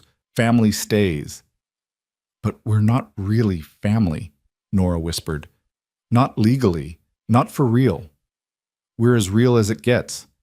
Blood doesn't make family. Love does. Choice does. Showing up for each other does. And we're doing all of that, so yeah, we're family. The state just needs to catch up and make it official." They spent the rest of the morning unpacking groceries and trying to make the house look presentable for the home inspection Jennifer Walters had scheduled for that afternoon. Daniel cleaned with a fury born of desperation, scrubbing surfaces that were already clean, organizing closets that were already organized. The house was small and shabby, and the roof leaked and the pipes groaned, but it was theirs, and he needed the inspector to see past the poverty to the love underneath. Eli helped without being asked, vacuuming and dusting and even cleaning his room without complaint. Katie and Nora followed them around, uncertain how to help but wanting to contribute. Daniel set them to work folding the clean laundry, a simple task that made them feel useful and gave his racing mind something to focus on besides the million ways this inspection could go wrong. Jennifer Walters arrived at 2 o'clock sharp, carrying a clipboard and wearing an expression that suggested she'd seen every trick people pulled to fake a suitable home. She walked through each room methodically, checking smoke detectors and outlets, inspecting the refrigerator now stocked with food from the pantry, examining the sleeping arrangements Daniel had improvised. The girls would share Eli's room while Eli took the couch until Daniel could afford bunk beds. "The house needs repairs," Jennifer noted, making marks on her forms. "That water stain on the ceiling suggests a roof leak. The heating system is inadequate. Several windows don't close properly." "I know," Daniel said. "I'm working on it. I've been trying to save up for repairs, but I'm not criticizing Mr. Hayes. I'm documenting. The house is clean, safe, and clearly loved. The children seem comfortable here. Those things matter more than perfect infrastructure." She paused in the living room, looking at the Christmas tree still standing in the corner, lights twinkling even in the afternoon sun. "You kept it up." The girls had never had a real Christmas before. Seemed wrong to take it down. Jennifer's stern expression softened fractionally. She knelt down to where Katie and Nora sat on the couch, putting herself at their eye level. "How are you girls doing? Are you eating enough? Sleeping okay?" Katie nodded. "Daniel takes really good care of us, and Eli shares his room and his toys and everything. We've never had a brother before. It's nice." "Have you been having nightmares?" Both girls exchanged glances. "Sometimes," Nora admitted, "but Daniel comes when we call him, and he stays until we fall back asleep. He doesn't get mad that we wake him up." "That's good. That's what parents are supposed to do." Jennifer stood, making more notes. "I'm going to recommend continued placement. However, you all need to understand that the custody hearing is scheduled for 3 weeks from today. That's when a judge will decide permanent placement. Until then, Mr. Hayes, you're under a microscope. Any problems, any concerns, anything that suggests these children aren't being properly cared for, and they'll be removed immediately. There won't be any problems. I hope you're right, because Nina Whitmore has already hired representation. a lawyer from Blackwell and Associates, her father's firm. They're filing a motion to contest the emergency placement and regain custody. The hearing will determine who wins. Daniel felt ice settle in his stomach. When's the hearing? January 23rd, 9 a.m., County Courthouse. Your attorney will receive official notice, but I wanted to tell you in person, you need to be prepared for what's coming, Mr. Hayes. The Blackwells are connected. They have resources and influence. They're going to come after you hard. Let them come. Jennifer studied him for a long moment. You really mean that, don't you? You're actually willing to fight this battle. These kids are worth fighting for. I hope the judge agrees with you. After Jennifer left, Daniel sat at the kitchen table with his phone and called Marcus Chen, the pro bono attorney who'd agreed to represent him. They spent an hour going over strategy, evidence, potential arguments. Marcus was cautiously optimistic about the videos Mark had provided, but warned that Nina's lawyers would try to discredit them somehow, claim they were taken out of context or edited, or that Mark was lying to cover his own negligence. We need Mark to testify in person, Marcus said. Is he willing to do that? He said he was when he gave me the videos, but I haven't heard from him since that night. I don't know if he's changed his mind or if Nina's gotten to him. We need to find out. A husband's testimony against his own wife carries significant weight, especially when corroborated by video evidence. Without him, this case gets a lot harder. After they hung up, Daniel tried calling the number Mark had used to contact him originally. It rang 5 times and went to voicemail.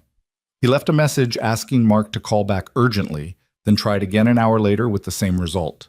By evening, worry had transformed into full-blown concern. Had Mark changed his mind? Had Nina discovered what he'd done? Had Lawrence Blackwell gotten to him with threats or bribes, or both? The not knowing was worse than bad news would have been. That night, Daniel couldn't sleep despite his exhaustion. He lay on the couch, staring at the ceiling, listening to the house settle around him, his mind spinning through worst-case scenarios.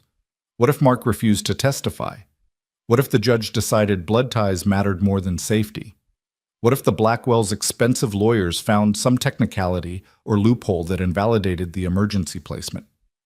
What if he lost and had to watch Katie and Nora be dragged back to the woman who'd tortured them? Around 2 a.m., he heard soft footsteps in the hallway. Katie appeared in the doorway, clutching the stuffed bear Eli had given her, her face pale in the darkness. Can't sleep? Daniel asked softly. She shook her head and padded over to the couch. Daniel made room and she curled up beside him like a much younger child, seeking comfort from nightmares both past and future. I heard you on the phone earlier, Katie whispered, talking about the hearing, about Aunt Nina fighting to get us back. You weren't supposed to hear that. I know, but I did. And now I can't stop thinking about what happens if the judge says we have to go back to her. What if they don't believe us? What if they think we're lying? Daniel wrapped an arm around her thin shoulders. Then we'll appeal. We'll fight harder. We'll do whatever it takes. But what if whatever it takes isn't enough? What if... Her voice broke. What if we end up back in that basement? What if this was just a dream and we wake up and none of it was real? Katie, look at me. He waited until she met his eyes. This is real. This family is real. Your safety is real. And I swear to you, I will not let Nina hurt you again. Even if I have to stand between you and every judge and lawyer in the state, even if I have to fight with nothing but my bare hands, I will protect you. Do you believe me? She studied his face in the dim light filtering through the windows, searching for lies or false promises or the kind of adult manipulation she'd learned to recognize. Whatever she saw must have satisfied her because she nodded slowly and rested her head against his shoulder. I want to believe you, she whispered. I'm trying really hard to believe you. That's all I can ask. They sat in silence for a while, Katie's breathing gradually evening out as exhaustion won over anxiety. Just as Daniel thought she'd fallen asleep, she spoke again, her voice drowsy. My mom used to say that the universe sends you what you need when you need it most. She said that when she and Dad were really struggling, before Nora and I were born, someone helped them out of nowhere. Just showed up and changed everything. She said someday we'd be able to do that for someone else. Katie's eyes drifted closed. I think you're what the universe sent us. Our miracle. Daniel felt something crack open in his chest, some wall he'd built around his heart after Sarah died. You're our miracle too, sweetheart. You and Nora. You brought this family back to life." Katie was asleep before he finished speaking, her small body finally relaxing into the safety she was still learning to trust.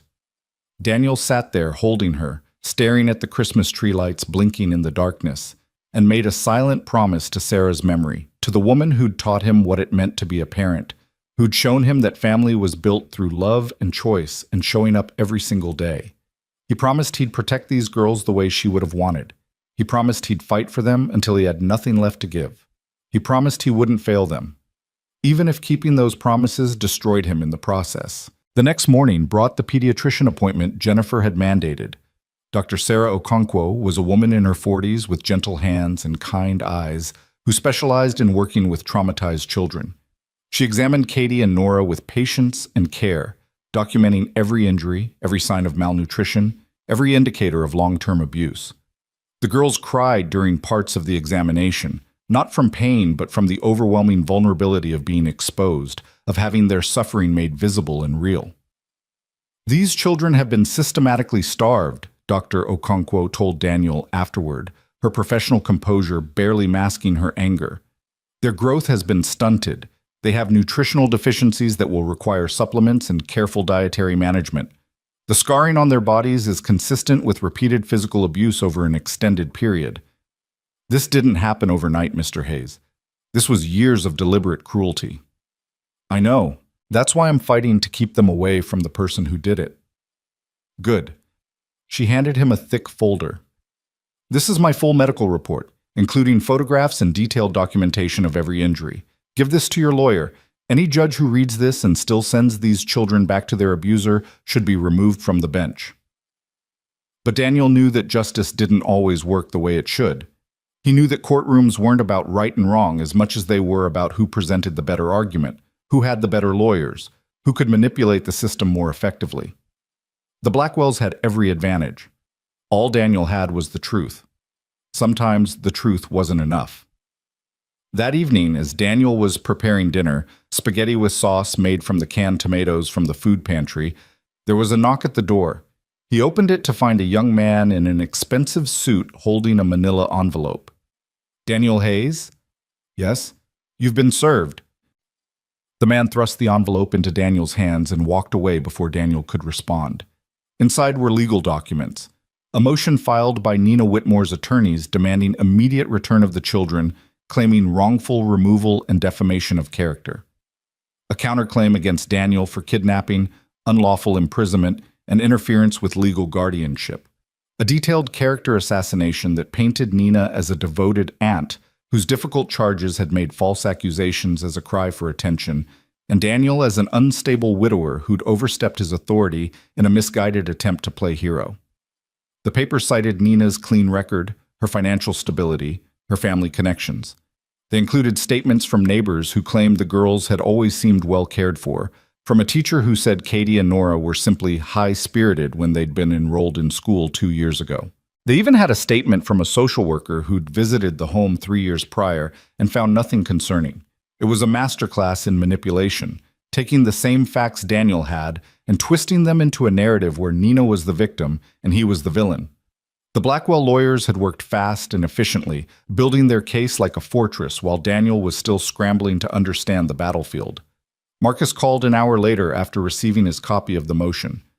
"This is aggressive, even for family court. They're trying to intimidate you, make you back down before the hearing. Don't let them. We have stronger evidence than they know." "What if it's not strong enough?" "Then we make it strong enough. I'm going to petition for Mark Whitmore to be subpoenaed. If he won't testify voluntarily, we'll compel him. And I'm requesting that the judge interview the girls privately, away from both parties. Children's testimony carries weight when it's clear they're not being coached. Nina will say, 'I've been coaching them.' And we'll prove you haven't. Daniel, I won't lie to you. This is going to be ugly. They're going to try to destroy your character, question your motives, make it seem like you're the danger here instead of Nina. But we have the videos, we have the medical report. We have 2 little girls whose bodies tell the story even if their words didn't. That truth is powerful. We just have to make sure the judge sees it." After Marcus hung up, Daniel sat at the kitchen table with the legal papers spread out in front of him, each page a reminder of how outmatched he was. The Blackwells were playing chess while he was barely grasping checkers. They had lawyers and money and connections and the entire weight of their family influence behind them. What did he have? A public interest attorney who was overworked and underpaid, a house that was falling apart, a bank account that was always one emergency away from zero. But he also had something they didn't. He had 3 kids who loved him, who trusted him, who believed he'd keep them safe. He had the moral high ground, even if the legal ground was shaky. He had the kind of righteous anger that came from watching injustice play out and deciding to stand against it even when standing was dangerous. "Dad?" Eli stood in the kitchen doorway, his face worried. "Are those the papers from Nina's lawyers?" "Yeah." "Are they bad?" Daniel looked at his son, 12 years old and already too familiar with adult problems, already carrying burdens no child should have to carry. He could lie, could say everything was fine, could maintain the illusion of control. Or he could treat Eli like the almost man he was becoming, the partner in this fight who deserved honesty. "They're pretty bad," Daniel admitted. "Nina's fighting hard to get the girls back, and she's got powerful people helping her. It's going to be a tough battle." "But we're going to win, right?" "I don't know, buddy. I hope so. I'm going to do everything I can to make sure we do. But I can't promise you we'll win. The system doesn't always work the way it should." Eli was quiet for a moment, processing this. Then he straightened his shoulders in a gesture so reminiscent of Sarah that Daniel's breath caught. "Then we just have to fight harder than they do. We have to make them see that Katie and Nora belong here, with us. And if the system doesn't work right, we'll make it work right." The simple conviction in his son's voice, the absolute certainty that right would triumph over wrong because it had to, reminded Daniel why he was fighting in the first place. Not for legal victories or custody papers, but for this. For children who still believed the world could be good, who still had faith that adults could protect them, who still dared to hope despite every reason not to. "You're right," Daniel said. "We fight harder. All of us together." That night, after the kids were asleep, Daniel finally received a call from a number he didn't recognize. He answered cautiously. "Mr. Hayes, it's Mark Whitmore." Relief flooded through him. "Mark, I've been trying to reach you. I need to know if you're still willing to testify. The hearing is in 3 weeks, and my lawyer needs—" "I can't do it." Mark's voice was barely above a whisper, thick with fear. "I'm sorry. I want to help those girls. I do. But Nina found out I talked to you. She knows I gave you the videos, and her father, Mr. Hayes, Lawrence Blackwell, is destroying me. He got me fired from my job. He's somehow frozen our bank accounts. He's threatened to have me arrested for theft of marital property. Those videos I took in my own house. He's claiming they're illegal recordings. His lawyers say if I testify against Nina, they'll bury me in lawsuits until I have nothing left." Daniel's heart sank. "Mark, those girls need you. Without your testimony, without you to verify those videos are real and unedited, Nina's lawyers will claim they're fake or taken out of context. You're the only one who can prove what she did." "I know, and I hate myself for being a coward, but I have a son, Mr. Hayes, a 12-year-old boy who's already watching his parents destroy each other. If I testify, if I go against Nina and her father, my son will be caught in the crossfire. Lawrence made it very clear what would happen. I'd lose custody, I'd never see my boy again, they'd make sure I was painted as an unstable father who abandoned his family. I can't risk my son. I just can't." "So you're going to let Katie and Nora go back to being tortured? You're going to condemn them to more years of hell because you're afraid? I gave you the videos. That should be enough." "It's not enough without you to authenticate them. Don't you understand? Without your testimony, those videos are just clips that could have been taken anywhere by anyone. Nina's lawyers will tear them apart, and the judge will have reasonable doubt, and those girls will be sent back to the woman who tried to kill them." Silence on the other end of the line. Daniel could hear Mark breathing, could practically feel his internal struggle through the phone. Finally, Mark spoke, his voice breaking. "I'm sorry. I'm so sorry. I know what this makes me. I know I'm failing them again, but I can't sacrifice my own child to save them. I won't."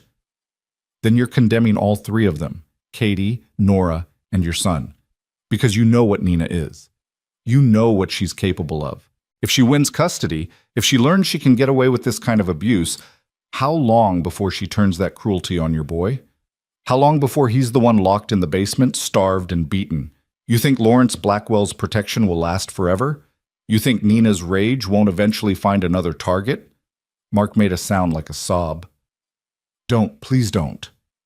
You want to protect your son? Testify against Nina? Put her away where she can't hurt anyone else's children, including yours. Be the father your son needs you to be. Be the man who finally did the right thing, even when it was terrifying.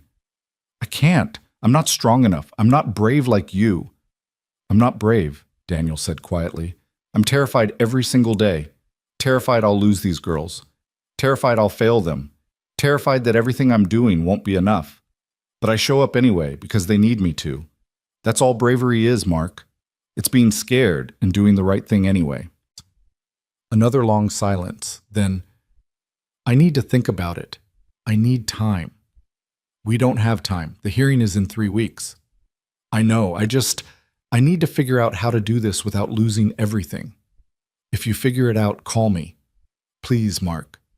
Those girls' lives are in your hands. Mark hung up without promising anything, and Daniel was left staring at his phone, feeling their strongest piece of evidence slip away like water through his fingers. Without Mark's testimony, the videos lost much of their power. Nina's lawyers would claim they were doctored or staged. The judge might not admit them as evidence at all without proper authentication. They were losing before the battle had even begun.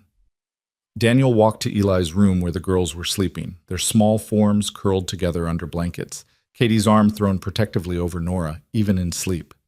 They looked peaceful. They looked safe. They looked like children who'd finally found the sanctuary they'd always deserved. He couldn't let them down. Wouldn't let them down. Even if Mark refused to testify, even if the videos were thrown out, even if every piece of evidence he had crumbled to dust, he'd find another way. He'd fight with whatever weapons remained. He'd stand in that courtroom and tell the truth with such conviction that the judge would have no choice but to believe him. Because the alternative was unthinkable. The alternative was watching Katie and Nora be dragged back to hell while he stood by powerless. The alternative was teaching them that adults couldn't be trusted after all, that promises were just pretty lies, that safety was always temporary and love was always conditional. Daniel refused to let that be their story. Their story was going to have a different ending. It had to. Even if that meant fighting battles he couldn't win, even if it meant facing down an empire built on money and influence and corrupt power, even if it meant risking everything he had left in this world. He'd do it. Some things were worth fighting for, even when the fight seemed hopeless. Some children were worth saving, even when salvation seemed impossible. Some promises had to be kept, even when keeping them might break you completely. Daniel Hayes had made his choice. Now he just had to figure out how to make that choice matter when everything and everyone seemed determined to prove him wrong. The 3 weeks leading up to the custody hearing passed in a blur of sleepless nights and mounting dread. Daniel threw himself into preparation with the desperation of a drowning man, working with Marcus Chen every evening after the kids went to bed, rehearsing testimony, anticipating Nina's lawyers' arguments, building their case brick by fragile brick. But without Mark's testimony, those bricks felt like paper, ready to dissolve the moment Nina's high-powered attorneys applied pressure. Jennifer Walters visited twice more, checking on the girls' adjustment, documenting their progress. Katie had gained 3 pounds. Nora's nightmares were less frequent. Both girls smiled more readily, laughed more easily, were learning slowly to trust that meals would come regularly and adults wouldn't hurt them. Jennifer wrote all of this in her reports, but even she seemed pessimistic about their chances. The judge assigned to your case is Harold Morrison, she told Daniel during her final visit. He's old school, believes strongly in family reunification. He's going to need overwhelming evidence to rule against a biological family member, especially one with the Blackwell name. We have overwhelming evidence, Daniel insisted. The videos, the medical reports, the girl's testimony. Without authentication, those videos might not even be admissible. And children's testimony is notoriously unreliable in family court. Judges know kids can be coached or confused.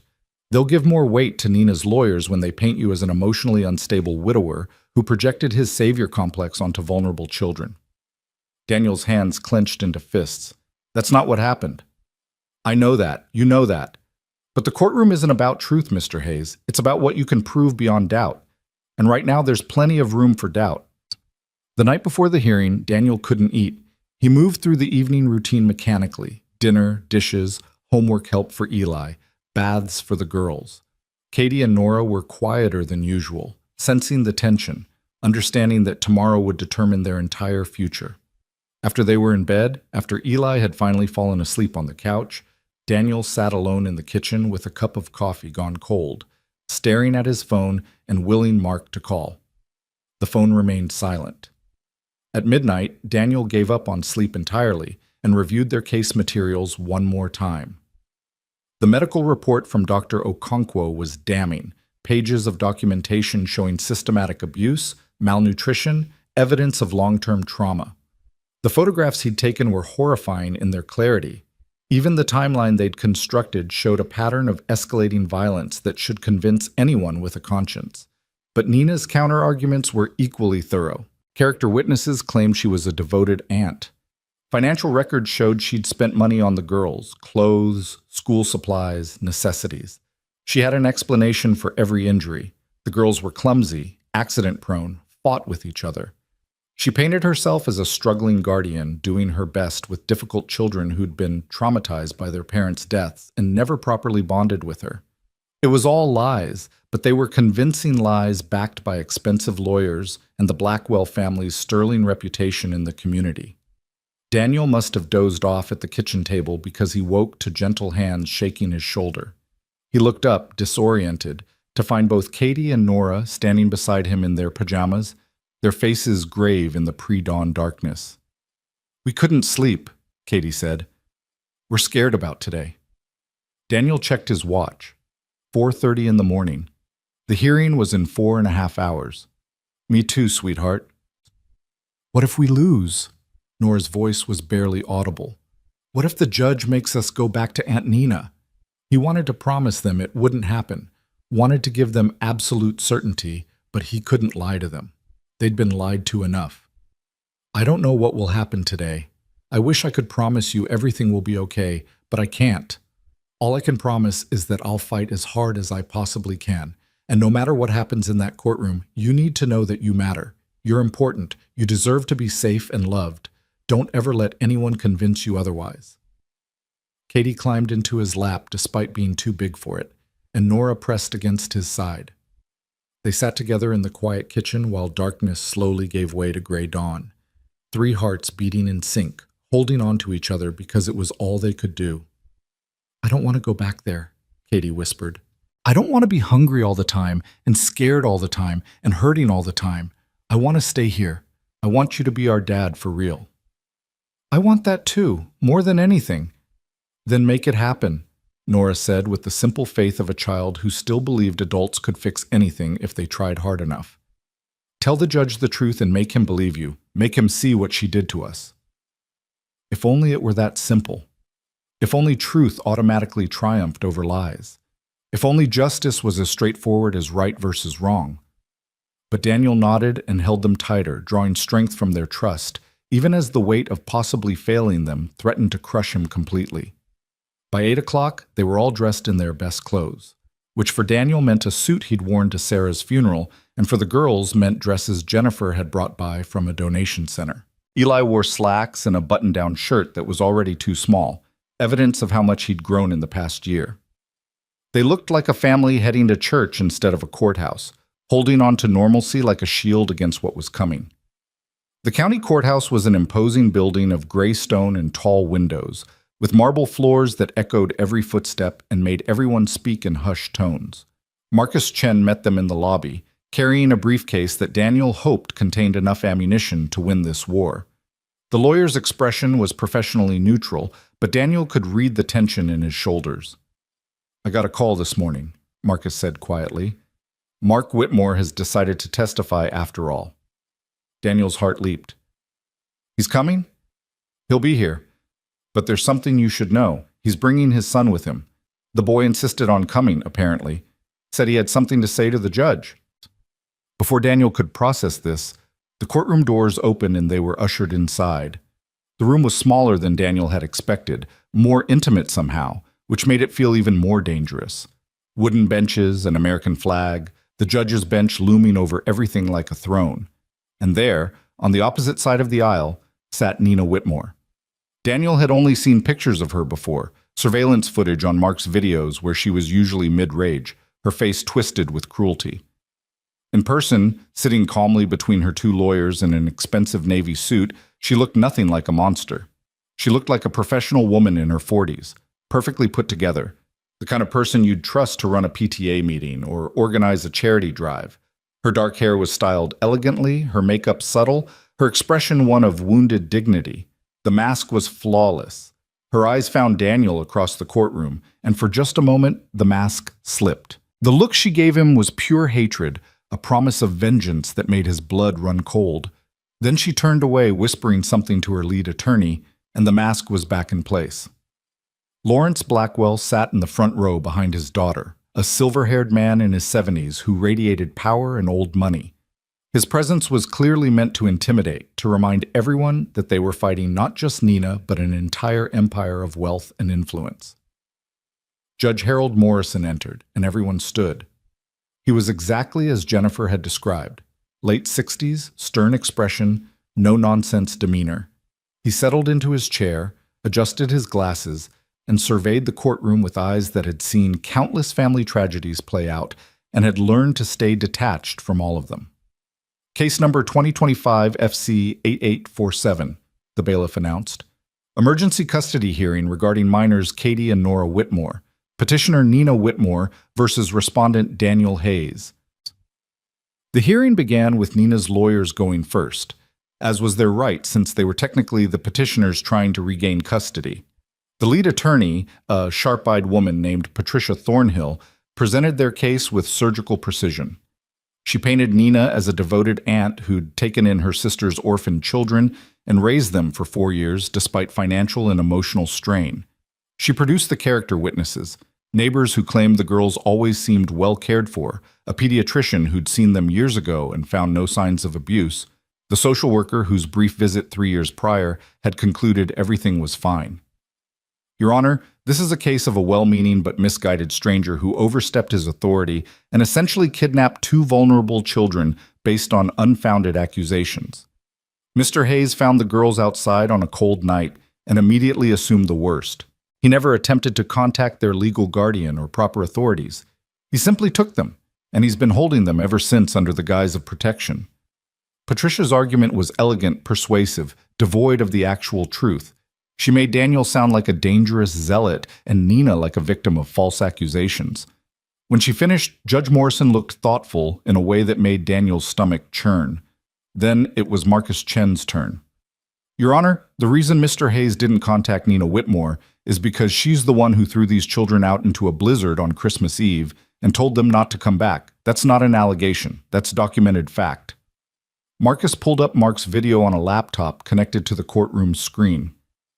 This video was taken by Nina Whitmore's husband, Mark Whitmore, in their home on December 23rd.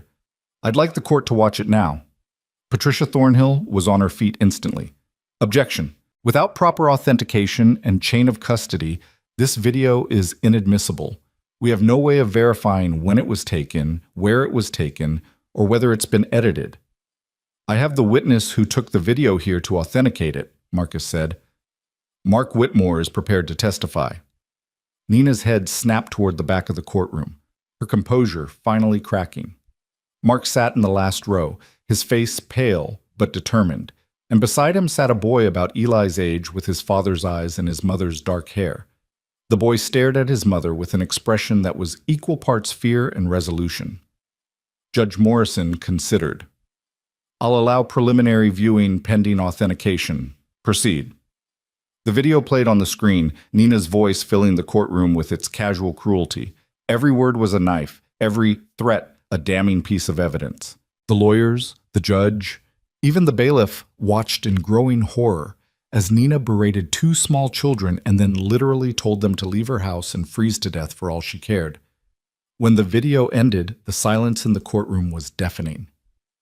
Your Honor, I have 46 more videos like this one, Marcus said quietly, documenting 4 years of systematic abuse, but I think this one makes the point clearly enough.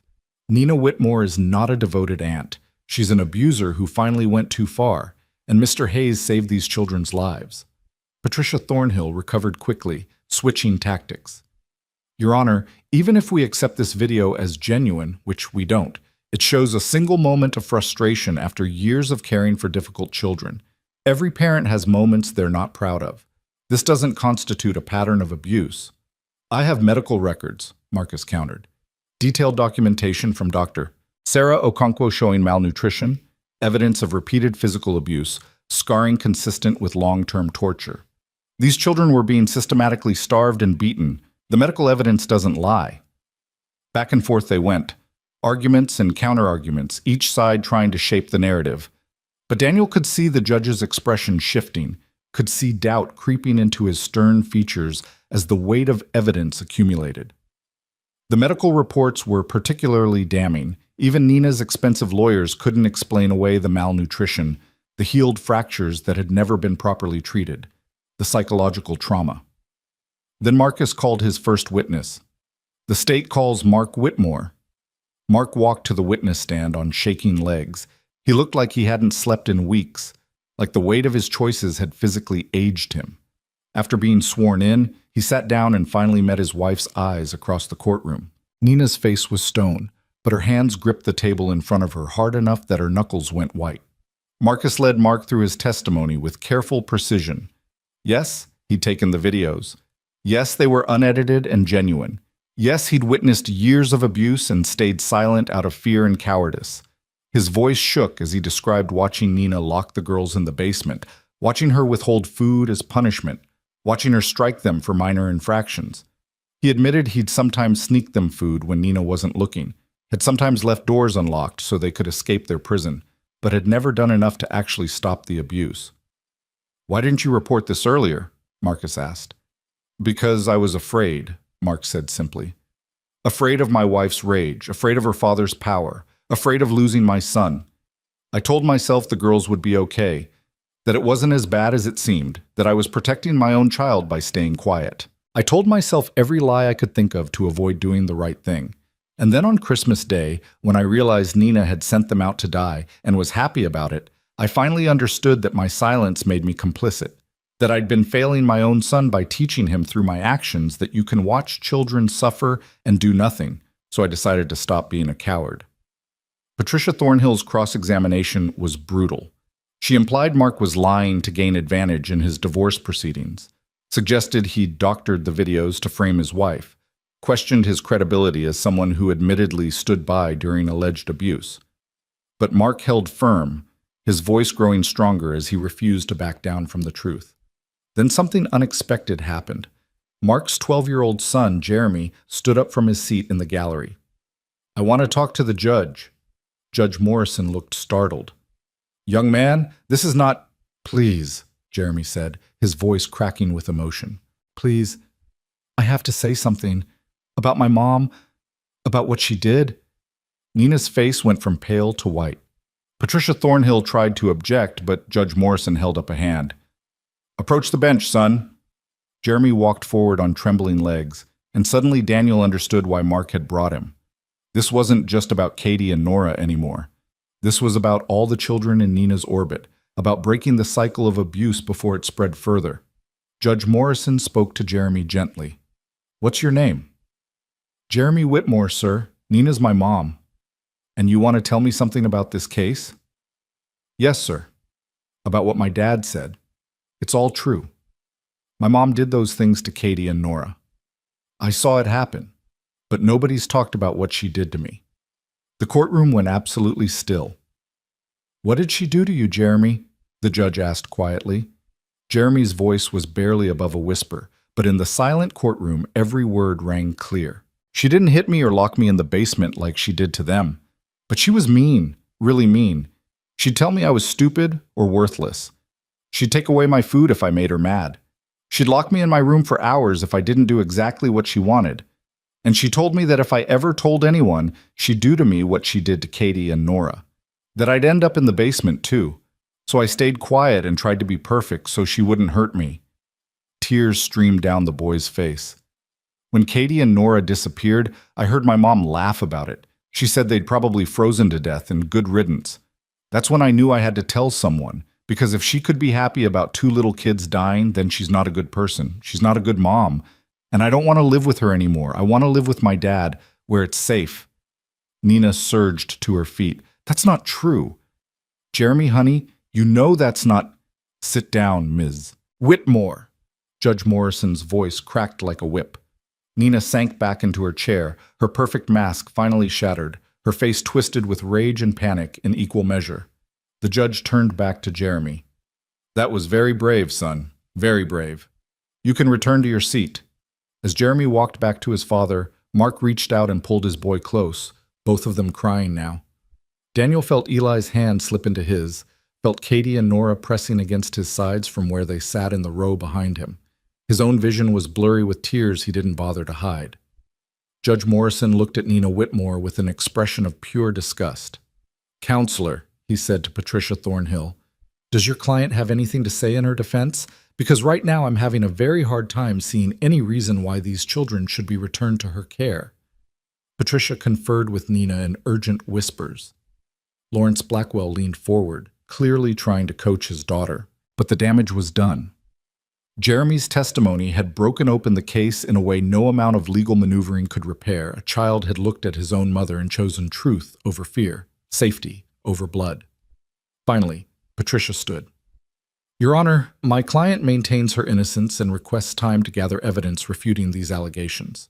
This is clearly a coordinated attack by her estranged husband and... Enough. The judge's voice was tired. I've heard enough. I've seen the videos, reviewed the medical evidence, and listened to testimony from 3 children who all describe the same pattern of abuse. This isn't a he said, she said situation. This is overwhelming evidence of child endangerment, abuse, and neglect. He turned his attention to Daniel. Mr. Hayes, you violated proper procedure by not immediately contacting authorities when you found these children. Under normal circumstances, that would be grounds for removing them from your care. However, these are far from normal circumstances. You acted to save their lives, and the evidence suggests you were right to do so. The girls have thrived under your care in the few weeks they've been with you. They're gaining weight, healing emotionally, forming healthy attachments. Daniel held his breath. But, the judge continued, emergency foster placement is meant to be temporary. The question before this court is what happens next. Ms. Walters, what is the state's recommendation? Jennifer Walters stood from where she'd been sitting behind Marcus. Your Honor, the state recommends permanent placement with Mr. Hayes.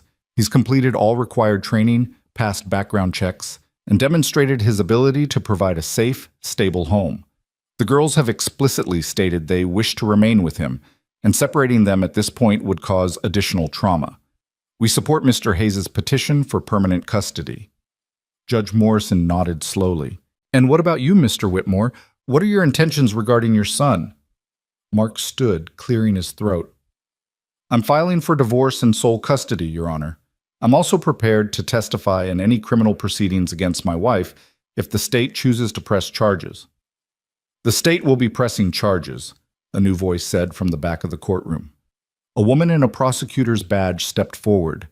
Based on the evidence presented today, we'll be filing charges of child abuse, child endangerment, and attempted murder. Ms. Whitmore will be taken into custody immediately following this hearing. Nina made a sound like a wounded animal. Her lawyers surrounded her, speaking in urgent tones, but there was nothing they could do. The videos, the medical evidence, the testimony from 3 different children, it was insurmountable. Lawrence Blackwell stood, his face purple with rage. This is a travesty. Judge Morrison, you're making a terrible mistake. My daughter is innocent, and I will use every resource at my disposal to... To what, Mr. Blackwell? To intimidate witnesses? To manipulate the justice system? I suggest you sit down before I hold you in contempt. The judge's voice was ice. Your family's money and influence hold no weight in my courtroom. The only thing that matters here is the welfare of these children, and the evidence is clear that your daughter has systematically harmed them. He turned back to Daniel.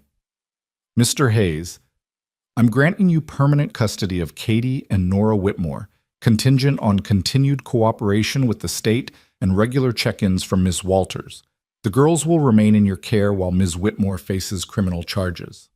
If you're found to be unfit at any point, this decision can be revisited, But based on everything I've seen today, I believe these children have found the family they deserve." The gavel came down with a sound like thunder, and just like that, it was over. Daniel couldn't move, couldn't breathe, couldn't process what had just happened. Behind him, Katie and Nora were crying, clutching each other. Eli was whooping with joy. Marcus was grinning and extending his hand for a congratulatory shake. They'd won. Against all odds, against money and power and influence, against a system that should have been rigged against them, they'd won. Nina was led out of the courtroom in handcuffs, her perfect composure finally destroyed completely. She screamed at her father, at her lawyers, at Daniel, promising revenge and ruin. But her words were empty now, powerless. She'd been exposed for what she really was, and no amount of money could erase that truth. Lawrence Blackwell followed his daughter out, shooting Daniel a look of pure venom. But even that didn't matter anymore. The fight was over. The children were safe. Outside the courthouse, Mark Whitmore approached them, Jeremy hovering nervously at his side. "Mr. Hayes, I need to thank you. I need to, for everything. For pushing me to do the right thing, for showing me what courage looks like." Daniel shook his hand. "You showed up when it mattered. That's what counts." Jeremy looked at Katie and Nora shyly. "I'm sorry," he said. "I'm sorry I didn't help you before. I was scared." Katie surprised everyone by hugging him. "You helped us today. That's what matters."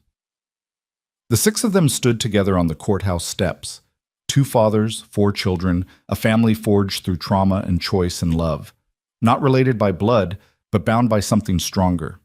By the decision to protect each other, to fight for each other, to show up even when it was hard. Marcus Chen had one more piece of news. "Mr. Hayes, there's something else you should know. The state conducted a full investigation into the girls' background after the emergency placement. They located the trust fund their parents established before their deaths. Nina never filed proper guardianship papers, so she never had legal access to it. The fund has been sitting untouched for 4 years, accumulating interest.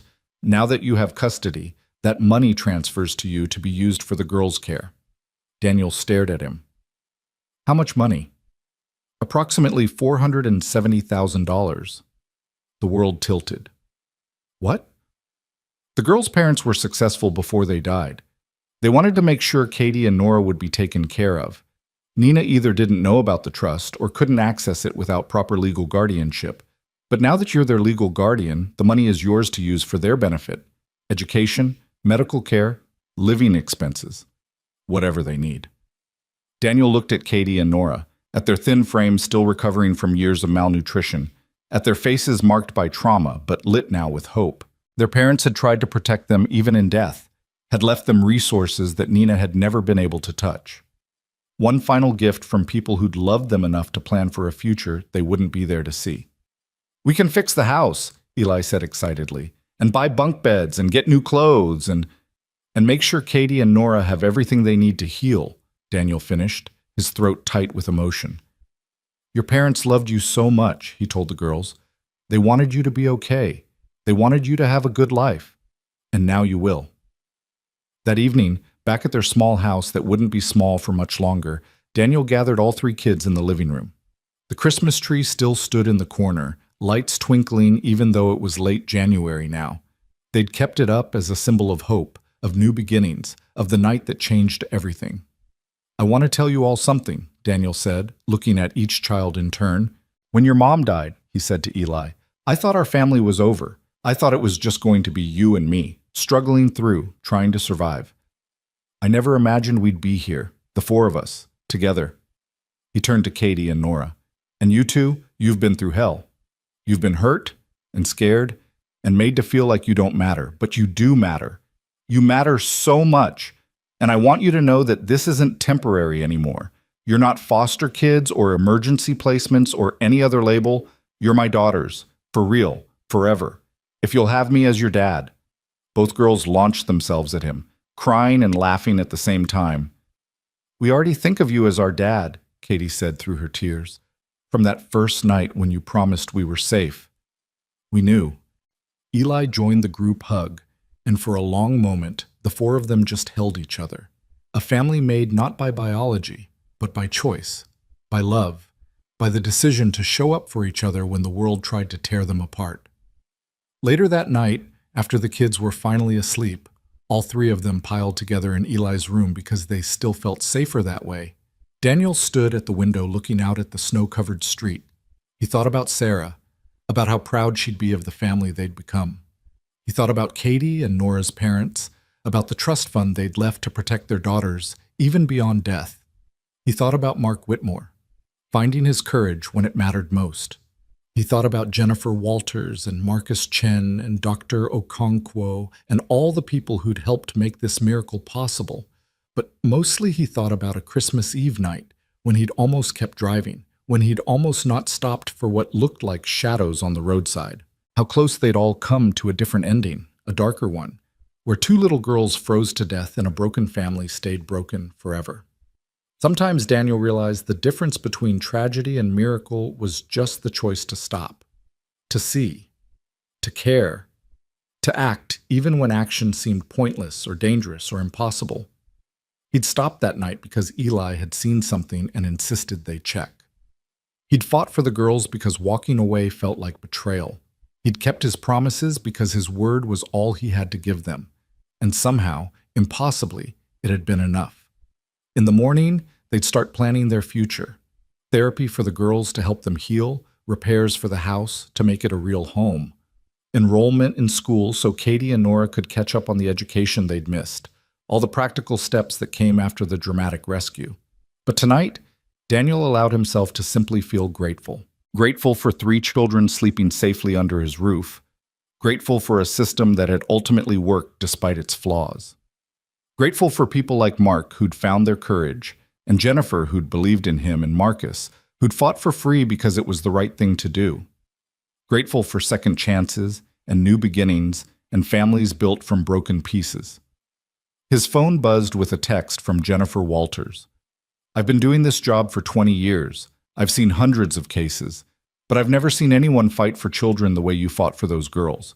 You didn't just save their lives. You gave them back their childhood, their future, their ability to trust. That's the real miracle here. Thank you for reminding me why I do this work." Daniel read the message 3 times, letting the words sink in. He hadn't thought of himself as a hero or a miracle worker.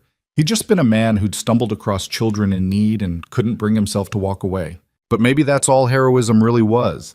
Ordinary people making the choice to do extraordinary things when the moment demanded it. He walked down the hall to check on the kids one more time before trying to sleep. In Eli's room, all 3 of them were tangled together like puppies, blankets kicked off despite the cold, lost in the kind of deep, peaceful sleep that only came when you finally felt safe. Katie's arm was thrown over Nora's shoulders. Nora's hand clutched the stuffed bear Eli had given her. Eli sprawled on his back, mouth open, completely at peace. His children. His family. His impossible, miraculous, hard-won family. Daniel pulled the blankets back over them, kissed each forehead gently so as not to wake them, and whispered the words he said every night. "Sweet dreams. You're safe. You're loved. You're home." And for the first time in 2 years, Daniel Hayes felt like he was home too. Not just in a physical building with walls and a roof, but in the deeper sense of the word. Home is a place where people chose each other, where love wasn't contingent on biology or circumstances, where broken things could be mended and lost things could be found and families could be built from the wreckage of trauma. The road ahead wouldn't be easy. Healing never was. Katie and Nora would need years of therapy to process their trauma. There would be bad days and nightmares and moments when the past tried to drag them back. Nina's trial would mean more court appearances, more testimony, more reliving of terrible memories. The girls would have to learn how to be children again, how to play and laugh and trust without waiting for the other shoe to drop. But they'd face it together, as a family. With the resources their parents had left them, and the love Daniel and Eli offered freely, and the support of a community that had finally, belatedly, shown up to help. Outside, snow began to fall again, just like it had that Christmas Eve night that changed everything. But this time the snow felt different, not threatening, but peaceful, a blanket settling over the world, making everything clean and new. Daniel thought about calling it a Christmas miracle, but it was late January now. The holiday had passed. The decorations would come down soon. Life would return to normal, or whatever counted as normal for their patchwork family. Maybe it wasn't a Christmas miracle after all. Maybe it was just what happened when ordinary people refused to accept cruelty as inevitable, when they fought for justice even when the odds were stacked against them, when they opened their homes and hearts to children who needed saving. Maybe the real miracle was learning that families weren't defined by blood or biology or legal documents, but by the promises we make and keep, by the children we choose to protect, by the love we give freely even when we have nothing else left to give. Daniel Hayes had stopped on a snowy road on Christmas Eve because his son asked him to. He'd fought an impossible battle because two little girls deserved safety.